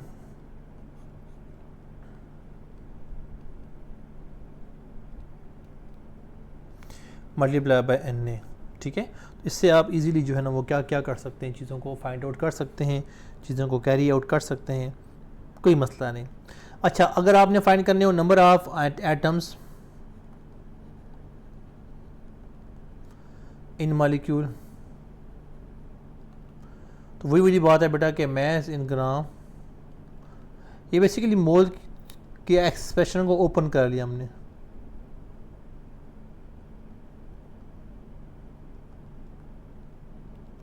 अब मल्टीप्लाई क्या क्या करना है आपने, मल्टीप्लाई आप अपने करना है नंबर ऑफ एटम पर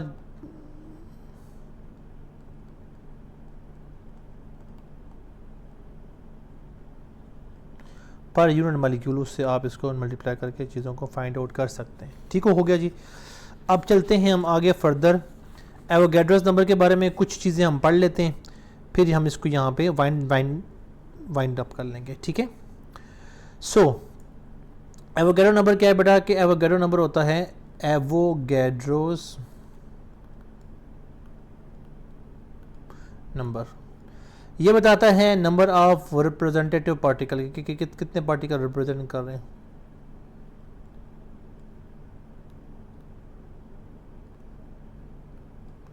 नंबर ऑफ रिप्रेजेंटेटिव पार्टिकल्स, ठीक है।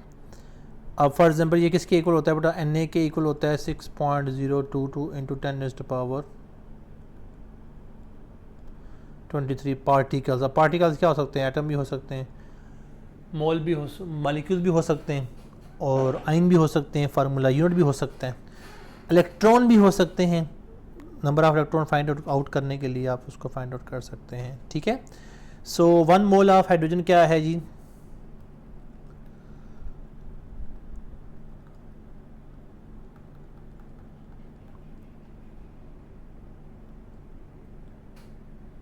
.008 ग्राम है, और इसको आप कंसिडर कर सकते हैं 6.022 इंटू 10⁻23 हाइड्रोजन एटम्स। मैथ्स का कोई ताल्लुक नहीं, गिनती है, ठीक है। यानी कि अगर हम कार्बन डाइऑक्साइड के करें, NaCl के करें, OH के करें, एक ही वैल्यू आएगी।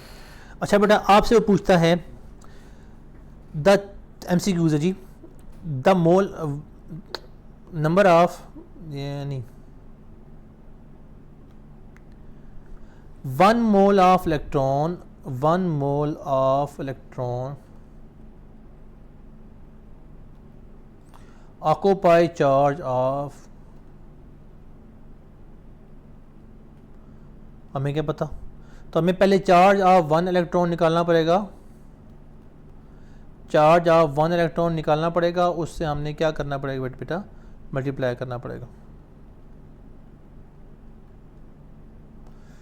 इसको मल्टीप्लाई करें फॉर 1 मोल,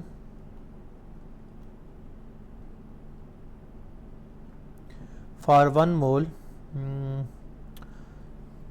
एन से मल्टीप्लाई कर दो उसको,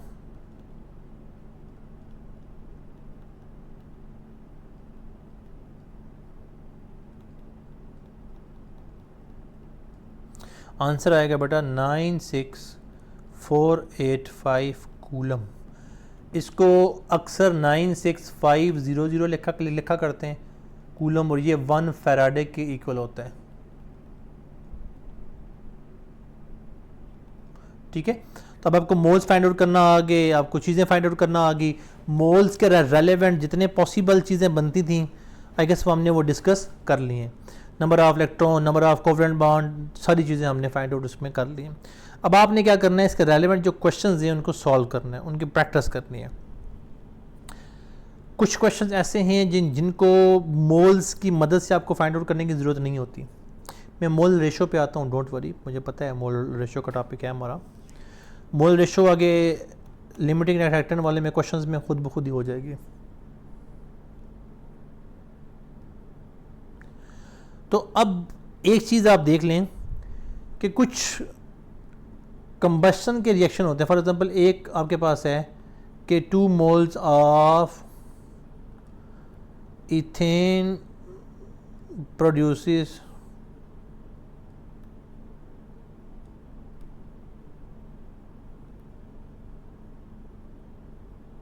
how many moles of carbon dioxide. अब क्वेश्चन तो है मोल रेशो का। मोल रेशो तब लगेगी जब हमें इसकी इक्वेशन पता हो। इक्वेशन लिखेंगे, इक्वेशन को बैलेंस करेंगे और ख़त्म हो जाएगा। तो आपको इथेन का पहले पता होना चाहिए। इथेन क्या होता है? इथेन होता है C2H6 plus O2 gives CO2 plus क्या है बेटा H2O। अब यहाँ से आपसे क्या पूछ सकता है कि how many moles of oxygen, how many moles of oxygen will react with for the complete combustion of ethane. ये इस तरह का फेडरल बोर्ड का एक MCQs भी है पुरानी बुक का। तो अब आपको पहले तो ये समझना है कि कंबशन का कोई भी रिएक्शन हो जिसमें अल्केन हो, अल्कीन हो, अल्काइन हो, बेंजीन हो, यानी कि हाइड्रोकार्बन्स हो। क्या हो बेटा? हाइड्रोकार्बन्स हो। इनका एक जनरल पैटर्न है, वो है CXHY X plus Y divided by 4 O2 XCO2 plus YH divided by 2 H2O। सीधी सीधी बात है। अल्केन हो, अल्कीन हो, अल्काइन हो, बेंजीन हो, कोई भी हो, उसमें आप ये बस फार्मूला लगाएं, उसकी वैल्यू पुट करें, जो आंसर आएगा वो 1 मोल के लिए वो आंसर होगा। 2 मोल के लिए आप मल्टीप्लाई बाय 2 मोल्स कर लें। अब देखो, अगर मैं कहता हूँ कि उसने कार्बन डाइऑक्साइड पूछे तो नंबर ऑफ कार्बन कितने हैं? 2। इधर इधर कितने हैं? 1। तो यहाँ पे x का कितना होता है? x। तो 1 मोल के लिए हमें 2 कार्बन डाइऑक्साइड रिक्वायर्ड है। यहाँ 2 है, यहाँ पे भी, यहाँ x है, तो उतने ही कार्बन डाइऑक्साइड बन रहे हैं। जितने कार्बन उतने कार्बन डाइऑक्साइड। तो 2 मोल के लिए कितने होंगे बेटा? 2 मोल के लिए 4 कार्बन डाइऑक्साइड हो जाएंगे। ठीक है, सिंपल सी बात। लेकिन अगर आप O2 की बात करें तो O2 क्या है? x plus y divided by 2। x हो गया 4 और y क्या है? y हो गया 6। तो डिवाइडेड बाई 4 है, सो क्या आ जाएगा 1.5। अगर मैं यहाँ वैल्यू पुट करूँ तो ये आ जाएगा x plus y divided by 4। तो 4 प्लस 6 डिवाइडेड बाई 4 प्लस ये आ जाएगा 1.5।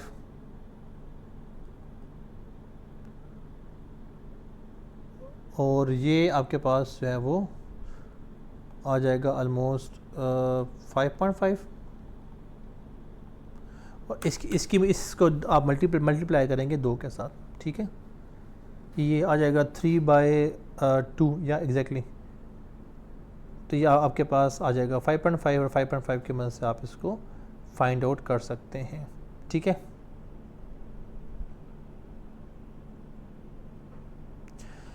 इस तरह आप वन मोल ऑफ हेक्सेन निकालना चाहें, ब्यूटेन निकालना चाहें, तो आप उसको उसकी मदद से फाइंड आउट कर सकते हैं। ठीक है जी, 2 मोल के लिए मल्टीप्लाई बाय 2 कर दें। सो हमने बेटा क्या लिखा था, इथेन लिखा था ना, इसलिए ये 4 कहाँ से आ गया, तब मैं कह रहा था इथेन है, ये आपके पास क्या है 2 है, इधर 2 है, तो ये क्या आ जाएगा 2 + 1.5 से आ जाएगा 3.5। ठीक है, तो ब्यूटेन के लिए जब हम करते हैं तो फिर साथ में H10 आता है, तो वो फिर अलग से आ जाता है, क्योंकि एग्जैक्ट जो फार्मूला है ना वो ब्यूटेन के लिए गिवन है। मैं वो वाला भी आपको करवा देता हूँ। आपको जो फेडरल बोर्ड की बुक है उसमें ब्यूटेन का उन्होंने पूछा हुआ है। ब्यूटेन होता है C4H10, तो इसके केस में 4 + 10 divided by 4 is equal to 4 plus cancel हो के 2.5 और इज इक्वल टू 6.5 है।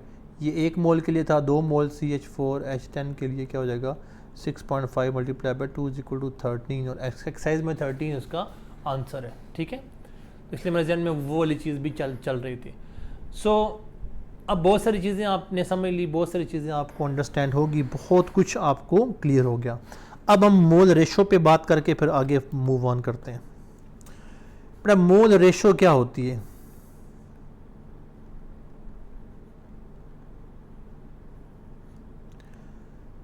Ratio of moles in balance chemical equation, यानी कि बैलेंस केमिकल इक्वेशन में जो मोल्स आपस में रेशो होती है वो क्या कहलाती है? मोल रेशो कहलाती है। बात ख़त्म। अब कोई एग्जांपल भी हो ना जिससे हम इस चीज़ को रिलेट कर सकें, इस चीज़ से इसको अंडरस्टैंड कर सकें। देखो सिंपल सी हम एक एग्जांपल ले लेते हैं। लेट्स से मैं कहता हूँ कि KOH है प्लस H2SO4 है, K2SO4 है।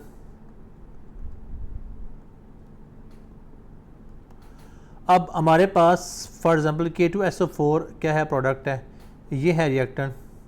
मैं चाह रहा हूँ KOH और H2SO4 की रेशो ले लूँ।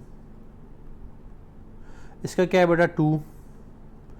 इसके मोल्स कितने? मोल्स क्या होते हैं बेटा? मोल्स वो चीज़ जो कि किसी भी, अच्छा मोल्स की ये डेफिनेशन भी सुन लें। बैलेंस केमिकल इक्वेशन में जो कोफिशिएंट होते हैं, कोफिशिएंट का मतलब जो कि मॉलिक्यूल्स के पीछे नंबर लिखा होता है वो भी मोल होता है। ठीक है, तो यहाँ पे मोल कितने बेटा? KOH के, यहाँ KOH के मोल हैं 2 और K2SO4 के मोल कितने हैं? 1। अगर मैं इसको बनाऊँ 1 मोल, ये क्या बन जाएगा 1/2। तो 1/2 क्या कहलाएगा? 1/2 कहलाएगा बेटा कन्वर्जन फैक्टर। कैसे? अभी आपको समझ नहीं आया होगा। देखो 1 दर्जन अंडे कितने के हैं जी? फॉर एग्जांपल मैं कहता हूँ 120 रुपये के। थोड़ी महंगाई हुई है, क्या पता ज़्यादा महंगे हो, गर्मी है ना पाकिस्तान में। तो मैं कहता हूँ 120 रुपये के आपको अंडे मिलते हैं जी 1 दर्जन। तो आप बताएं कि आपको 180 के कितने अंडे मिलेंगे? अगर 120 के आपको मिलते हैं 12, तो 180 के 18 मिलने चाहिए। आपने कैलकुलेट कर लिया, लेकिन कैसे किया? आपने बेटा 120 डिवाइडेड बाय 12 किया, तो आपके पास एक अंडे की वैल्यू आई जो कि थी 10। उसको आपने 18 से मल्टीप्लाई किया, तो आपके पास क्या आया? आपके पास एक वैल्यू आई जो वैल्यू क्या है 18 के लिए इक्विवेलेंट है, जो कि 18 है। ठीक हो गया? तो आपने इस चीज़ को अंडरस्टैंड करना है कि आपने चीज़ों को कैसे लेके चलना है और कैसे कैसे चीज़ों को सॉल्व करना है। तो अब कन्वर्जन फैक्टर आपको बहुत ज़रूरी है। ये चीज़ें पेज पे करने वाली नहीं होती, ये दिमाग में करने वाली होती हैं। अच्छा इसका 2 है, इसका 1 है, इसका 1 है तो उसका हाफ हो जाएगा, इसका हाफ है तो अच्छा इसको इससे मल्टीप्लाई करूँ तो आंसर क्या आएगा?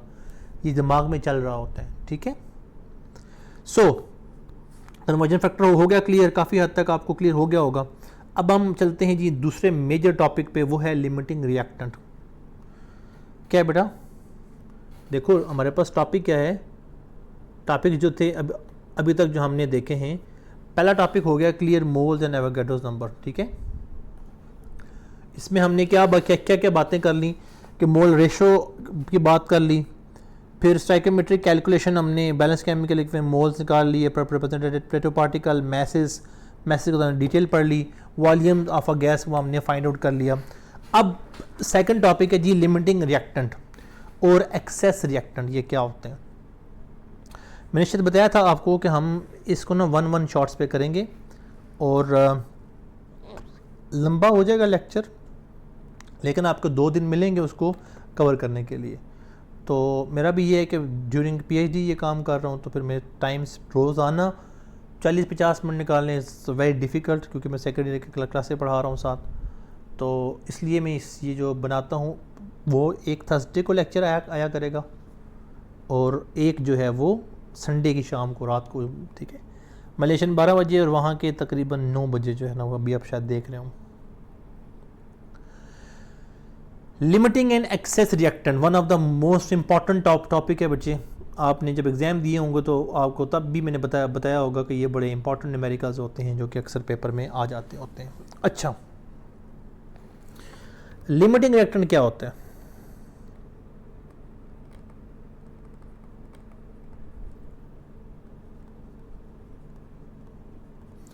एक्सेस रिएक्टेंट क्या होता है?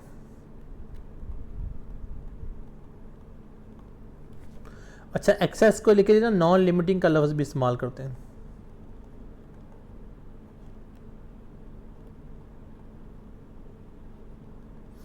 एक्सेस के लिए नॉन लिमिटिंग का लफ्ज़ भी क्या होता है, इस्तेमाल होता है।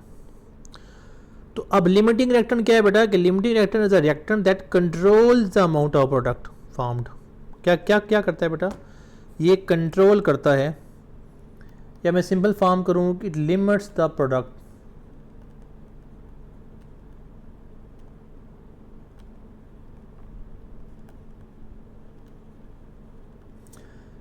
doesn't limit।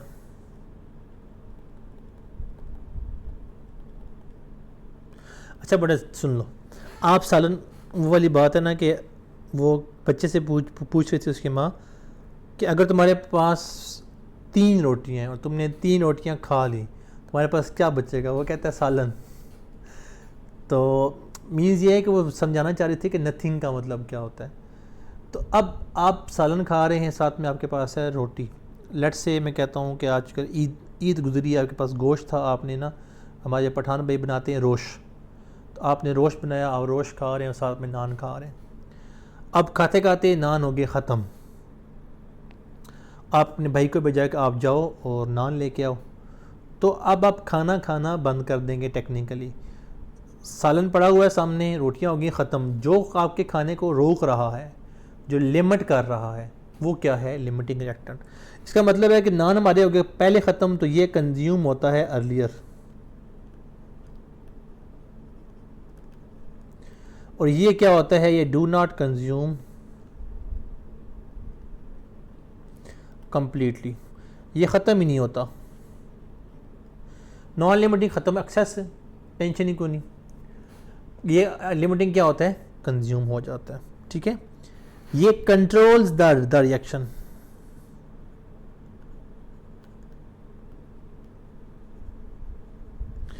ये डू नॉट कंट्रोल, ठीक है, कोई चक्कर ही नहीं भाई का। ये give less amount of product, ये क्या क्या करता है? लेस अमाउंट ऑफ प्रोडक्ट देता है।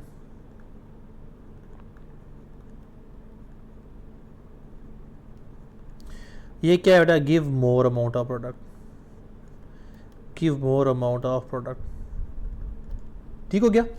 अब ये चीज़ें काफ़ी आपने अंडरस्टैंड कर ली। अब बेटा देखो, सिंपल सी मिसाल है जो पंजाब टेक्स्ट बुक में भी है, कि आप इसको ऐसे समझ सकते हो कि आपके पास क्या है बेटा? आपके पास स्लाइस हैं, इन डबल रोटी के पीसेज हैं, और आपके पास क्या है? छोटे से कबाब हैं। लेट्स से रेड कलर के क्या है बेटा? कबाब है।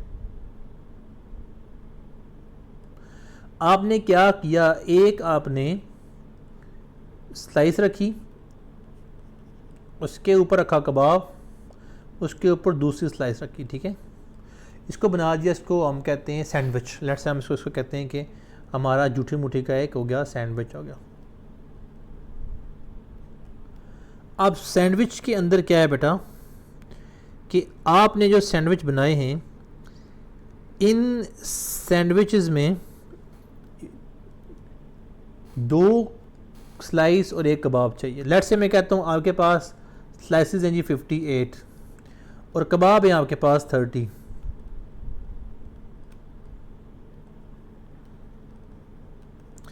तो 58 स्लाइसेस को अगर डिवाइड करें आप 2 के साथ तो कितने सैंडविचेस बनेंगे बेटा? इसको अगर आप डिवाइड करें तो आपके पास ऑलमोस्ट आ जाएगा 29। कितने बनेंगे बेटा? 29 सैंडविचेस बनेंगे। ठीक है। अगर आप 30 को डिवाइड करें कितने आपको चाहिए? 1 कबाब में 1, तो ये बनेंगे 30 कबाब और सैंडविचेस। देखो आपके पास 30 कबाब और 58 स्लाइस हैं, तो आपने क्या क्या किया? आपने बनाना शुरू किया।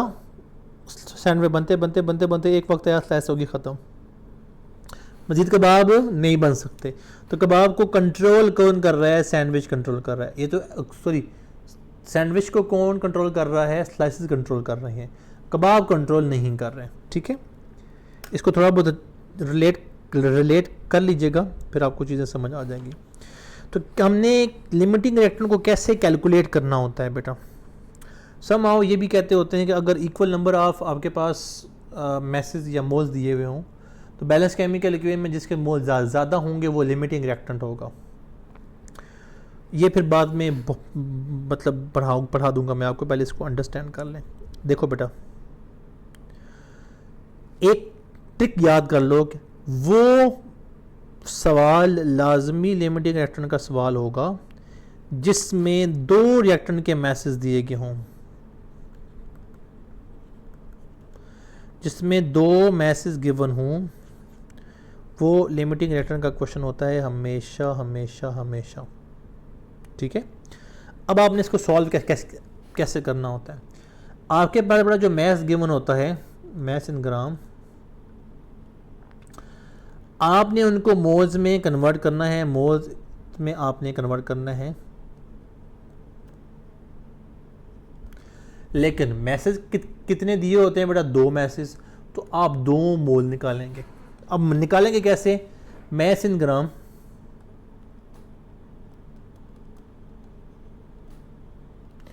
डिवाइडेड बाय मोलर मैथ से। ठीक है, अब अक्सर इंडी टेस्ट में क्या होता है कि मैथ इन ग्राम और मोलर मैथ का ना एक कंप्रोमाइज रेशियो होती है। फॉर एग्जांपल आपको कहता है कि जी find out the moles of 24 gram of carbon. तो 24 क्या है? 24 एग्जैक्टली 2 टाइम्स है किसके? कार्बन के। तो ये इजी कैलकुलेशन टाइप आपकी ना होती है जो आप माइंड में कर सकें। तो आपने क्या किया जी? आपने दोनों मोल्स के रिएक्टेंट निकाल दिए। फॉर एग्जांपल एक रिएक्टेंट का मोल ए है, मोल ऑफ ए, और ए के क्या है बेटा? मोल ऑफ बी है। अब आपने इनको कंपेयर करना है बैलेंस केमिकल इक्वेशन में यूजिंग मोल रेशियो। आपने प्रोडक्ट के मोल निकालने हैं। आपने क्या क्या करने बेटा? प्रोडक्ट के मोल निकालने हैं।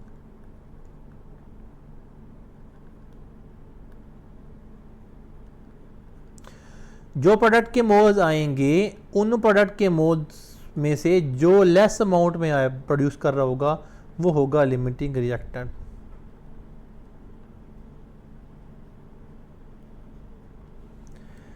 देखो सिंपल से मैं एक आपको ना न्यूमेरिकल करवाता हूँ। लेट्स से मैं एक आपके पास ये इक्वेशन है, लेट्स से मैं आपको लिखवाता हूँ। इक्वेशन है जी 2NH4 Cl plus CaOH twice gives CaCl2 plus 2NH3। ओह, आपसे पूछ रहा है कि calculate mass in gram of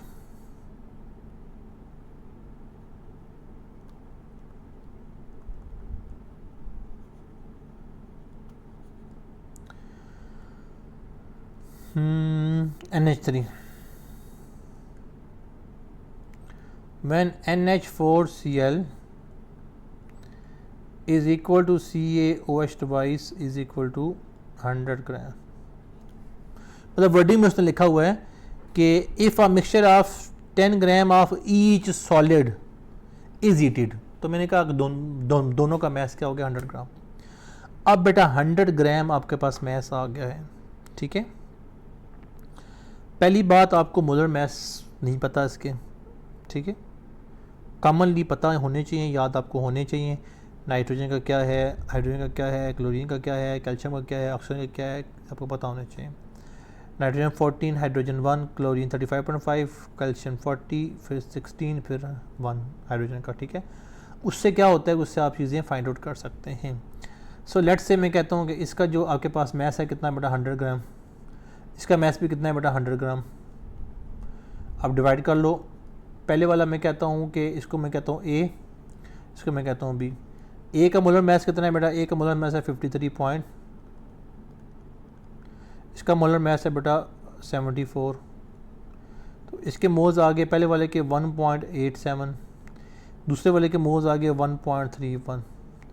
यहाँ से नहीं बताना कि ये है ना, यहाँ से क्या लोग सर ने कहा था जो छोटे वाले मोल्स वो नहीं ना, जो प्रोडक्ट के मोल प्रोड्यूस करेगा उसकी बात हो रही है। अब बेटा आपने लगानी है mole ratio.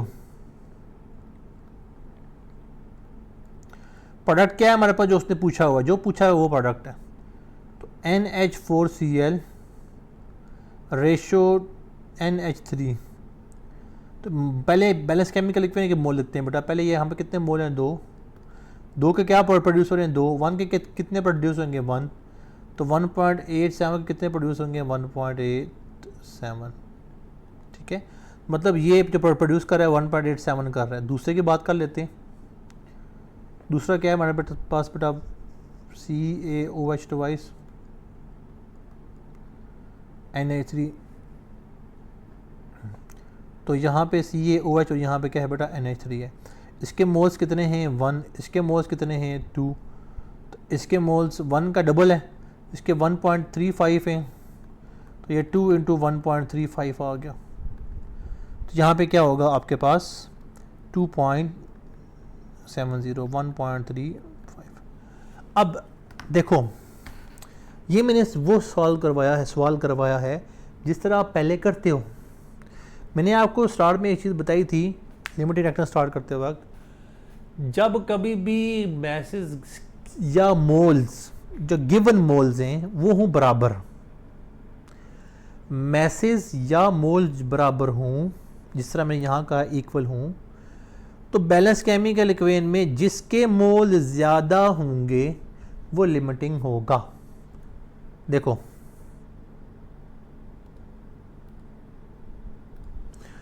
Balance chemical equation में इसके मोल्स हैं ज़्यादा, 2 हैं, इसके मोल्स हैं 1, मैस क्या किया हुआ है सेम, तो ये वाला लिमिटिंग है। तो आपको ये पूरी तगदो करने की ज़रूरत ही नहीं है। आपने फिर क्या क्या किया, आपको पता लग गया, अच्छा ये वाला है, सर ने कहा था ये वाला होता है, इसके आपने मोल निकाले, इसके मोल से प्रोडक्ट के मोल निकाले, प्रोडक्ट के मोल से आपने उसको फाइंड आउट कर लिया। अगर आप इसके मोल निकाल लें तो आप इसको जहन में ही कर लेंगे, इसमें कोई बड़ी बात नहीं है कि 7, मतलब देखो आप ऐसे करोगे 100 डिवाइडेड बाय 74 है। अच्छा इसको मैं अगर मल्टीप्लाई करता हूँ, अब ये क्या आ गए, मोल्स आ गए किसके, NH3 के, NH4 शेल के। यही मोल किसके होंगे बेटा, NH3 के भी होंगे। इस मोल्स को फिर मल्टीप्लाई कर देंगे 17 के साथ, फिर इसको हल करेंगे, जो आंसर आएगा वो आंसर आपके पास क्या होगा, प्रोडक्ट का आंसर आपके पास NH3 के मोल्स होंगे, जो कि क्या होंगे बेटा, जो कि अल्टीमेटली मैस होगा ना, सॉरी, तो वो आपके पास आ जाएगा 31.79, ठीक है। तो ऐसे करके आप चीज़ों को कॉम्प्लिकेट होने से बचा सकते हैं। अच्छा इसके साथ ना बेटा एक और आपके पास इसी के साथ टॉपिक मेंशन है कि एक्सेस रिएक्टेंट को भी बताएं आप। मैं सिलेबस से हट के कोशिश कर रहा हूँ ना पढ़ाऊँ। लिमिटेड रिएक्टेंट का एक्सप्लेन हो गया जी concept. Calculate maximum number of product produce, वो भी हमने निकाल दिए, कौन से प्रोडक्ट बनते हैं। Amount of any unreacted excess reactant, unreacted जो है ना वो अब हमने निकालना है, ठीक है। उसके बाद फिर यील्ड पे आते हैं। अब अनरिएक्टेड के लिए क्या क्या करना है बेटे, अनरिएक्टेड का मतलब है जो बच गया है। अब देखो NH4 जो है वो हो गया कंप्लीटली कंज्यूम, CaOH बच गए ना, थोड़ी मकदार में नहीं था, ज़्यादा मकदार में था, बच गया। अब जो ज़्यादा मकदार में बच गया है हमारे पास, अब हमने क्या करना है उसका, अब हमने उसका वो अमाउंट निकालनी जो एक्चुअली आनी चाहिए थी। बैलेंस केमिकल इक्विलिब्रियम में इसके मोल है 2, उसके मोल है 1, यही है ना बेटा, 2 और 1 है। इसके 1 और इसके क्या है 1/2। इसके एक्चुअल मोल कितने हैं बेटा, इसके एक्चुअल मोल है 1.87। तो ये क्या है बेटा 1.87 का हाफ हो जाएगा, जो कि वैल्यू आएगी 0.935। ये मोल्स क्या हैं बेटा, ये मोल्स असल में यूज़ होने चाहिए थे, जो कि भाई साहब ने 1.35 मोल यूज़ कर लिए। अब क्या है कि ये बच गए, तो आपने क्या करना है बेटा, टोटल में से 0.935 को करना है माइनस, ठीक है। 0.539 को करेंगे माइनस, तो माइनस करने के बाद अल्टीमेटली आपके पास क्या आएगा, जो वैल्यू आएगी वो वैल्यू क्या होगी आपके पास। फॉर एग्जांपल मैं कहता हूँ कि आ जाएगा 0.415।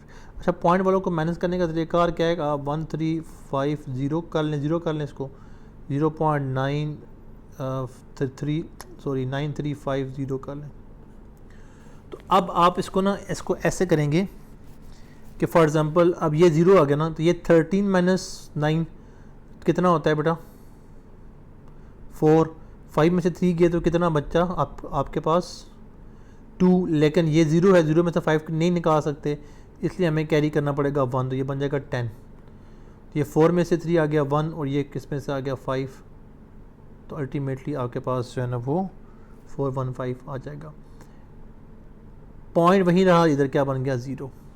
तो ये थोड़ी बहुत जो ना कैलकुलेशन करनी आपको आनी चाहिए, मुश्किल होती है आई नो, लेकिन आनी चाहिए। तो ये बेटा क्या आगे मोल्स, वो मोल्स जो क्या हैं बच गए, ये मोल्स हमारे पास अनयूज्ड हैं।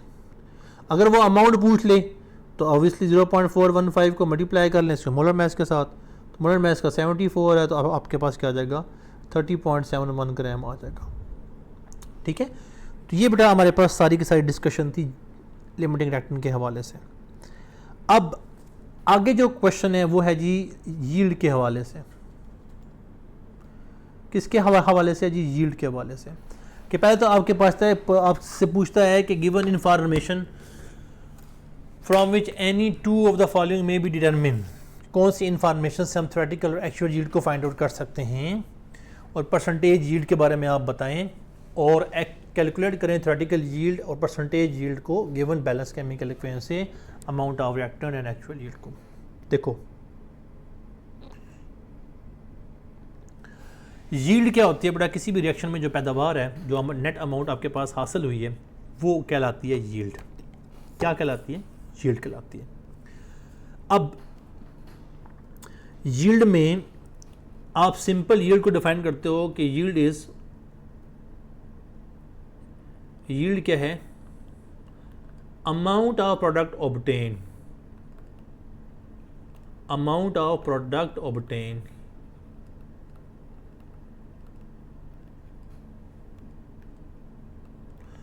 आपने फसल जो है ना उगाई है, फॉर एग्ज़ाम्पल 1 मन फसल आपने उगाई है, और आपकी एक्सपेक्टेशन ये है कि 1 मन से फॉर एग्ज़ाम्पल आपके 12 मन बनेगी या 20 मन बनेगी फसल आपकी। एक दाना अगर 20 टाइम बढ़े तो आप कहते हैं कि 20 मन आएगी। वो आपने एस्टिमेट लगाया है, आपने थ्योरेटिकली सोचा है, एक्चुअली वैसा नहीं होता है। एक्चुअली हो सकता है 12 मन आए या 6 मन आए, सम टाइम वही वापस आ जाती है, प्रोडक्शन नहीं होती। तो 2 तरह की यील्ड को हम जो है ना वो करते हैं क्लासीफाई, एक होती है यील्ड एक्चुअल यील्ड, और एक होती है बेटा थ्योरेटिकल यील्ड। फॉर एग्जांपल आपके मार्क्स हैं 1100 एफएससी के, तो कुछ बोर्ड्स के 1200 भी हैं। अब थ्योरेटिकली तो ये पॉसिबल है कि आपके 1100 में से 1100 नंबर आ जाएं, ये थ्योरेटिकल है। और प्रैक्टिकल एक्चुअल हो सकता है कि आपके किसी के 1058 नंबर हों, किसी के 1001 नंबर हों, किसी के 990 नंबर हों, क्योंकि एमडी कैट की प्रिपरेशन कर रहे हैं, इतने आपको होंगे। तो अब इतने मार्क्स अगर आपके पास हैं तो ये आपके एक्चुअल मार्क्स हैं। थ्योरेटिकल क्या थे 1100, ठीक है। तो एक्चुअल मार्क्स जो आपके पास यील्ड है वो थ्रू एक्सपेरिमेंट आती है। क्या होता है बेटा? थ्रू एक्सपेरिमेंट आती है, इसलिए इसको एक्सपेरिमेंटल यील्ड भी कहते हैं।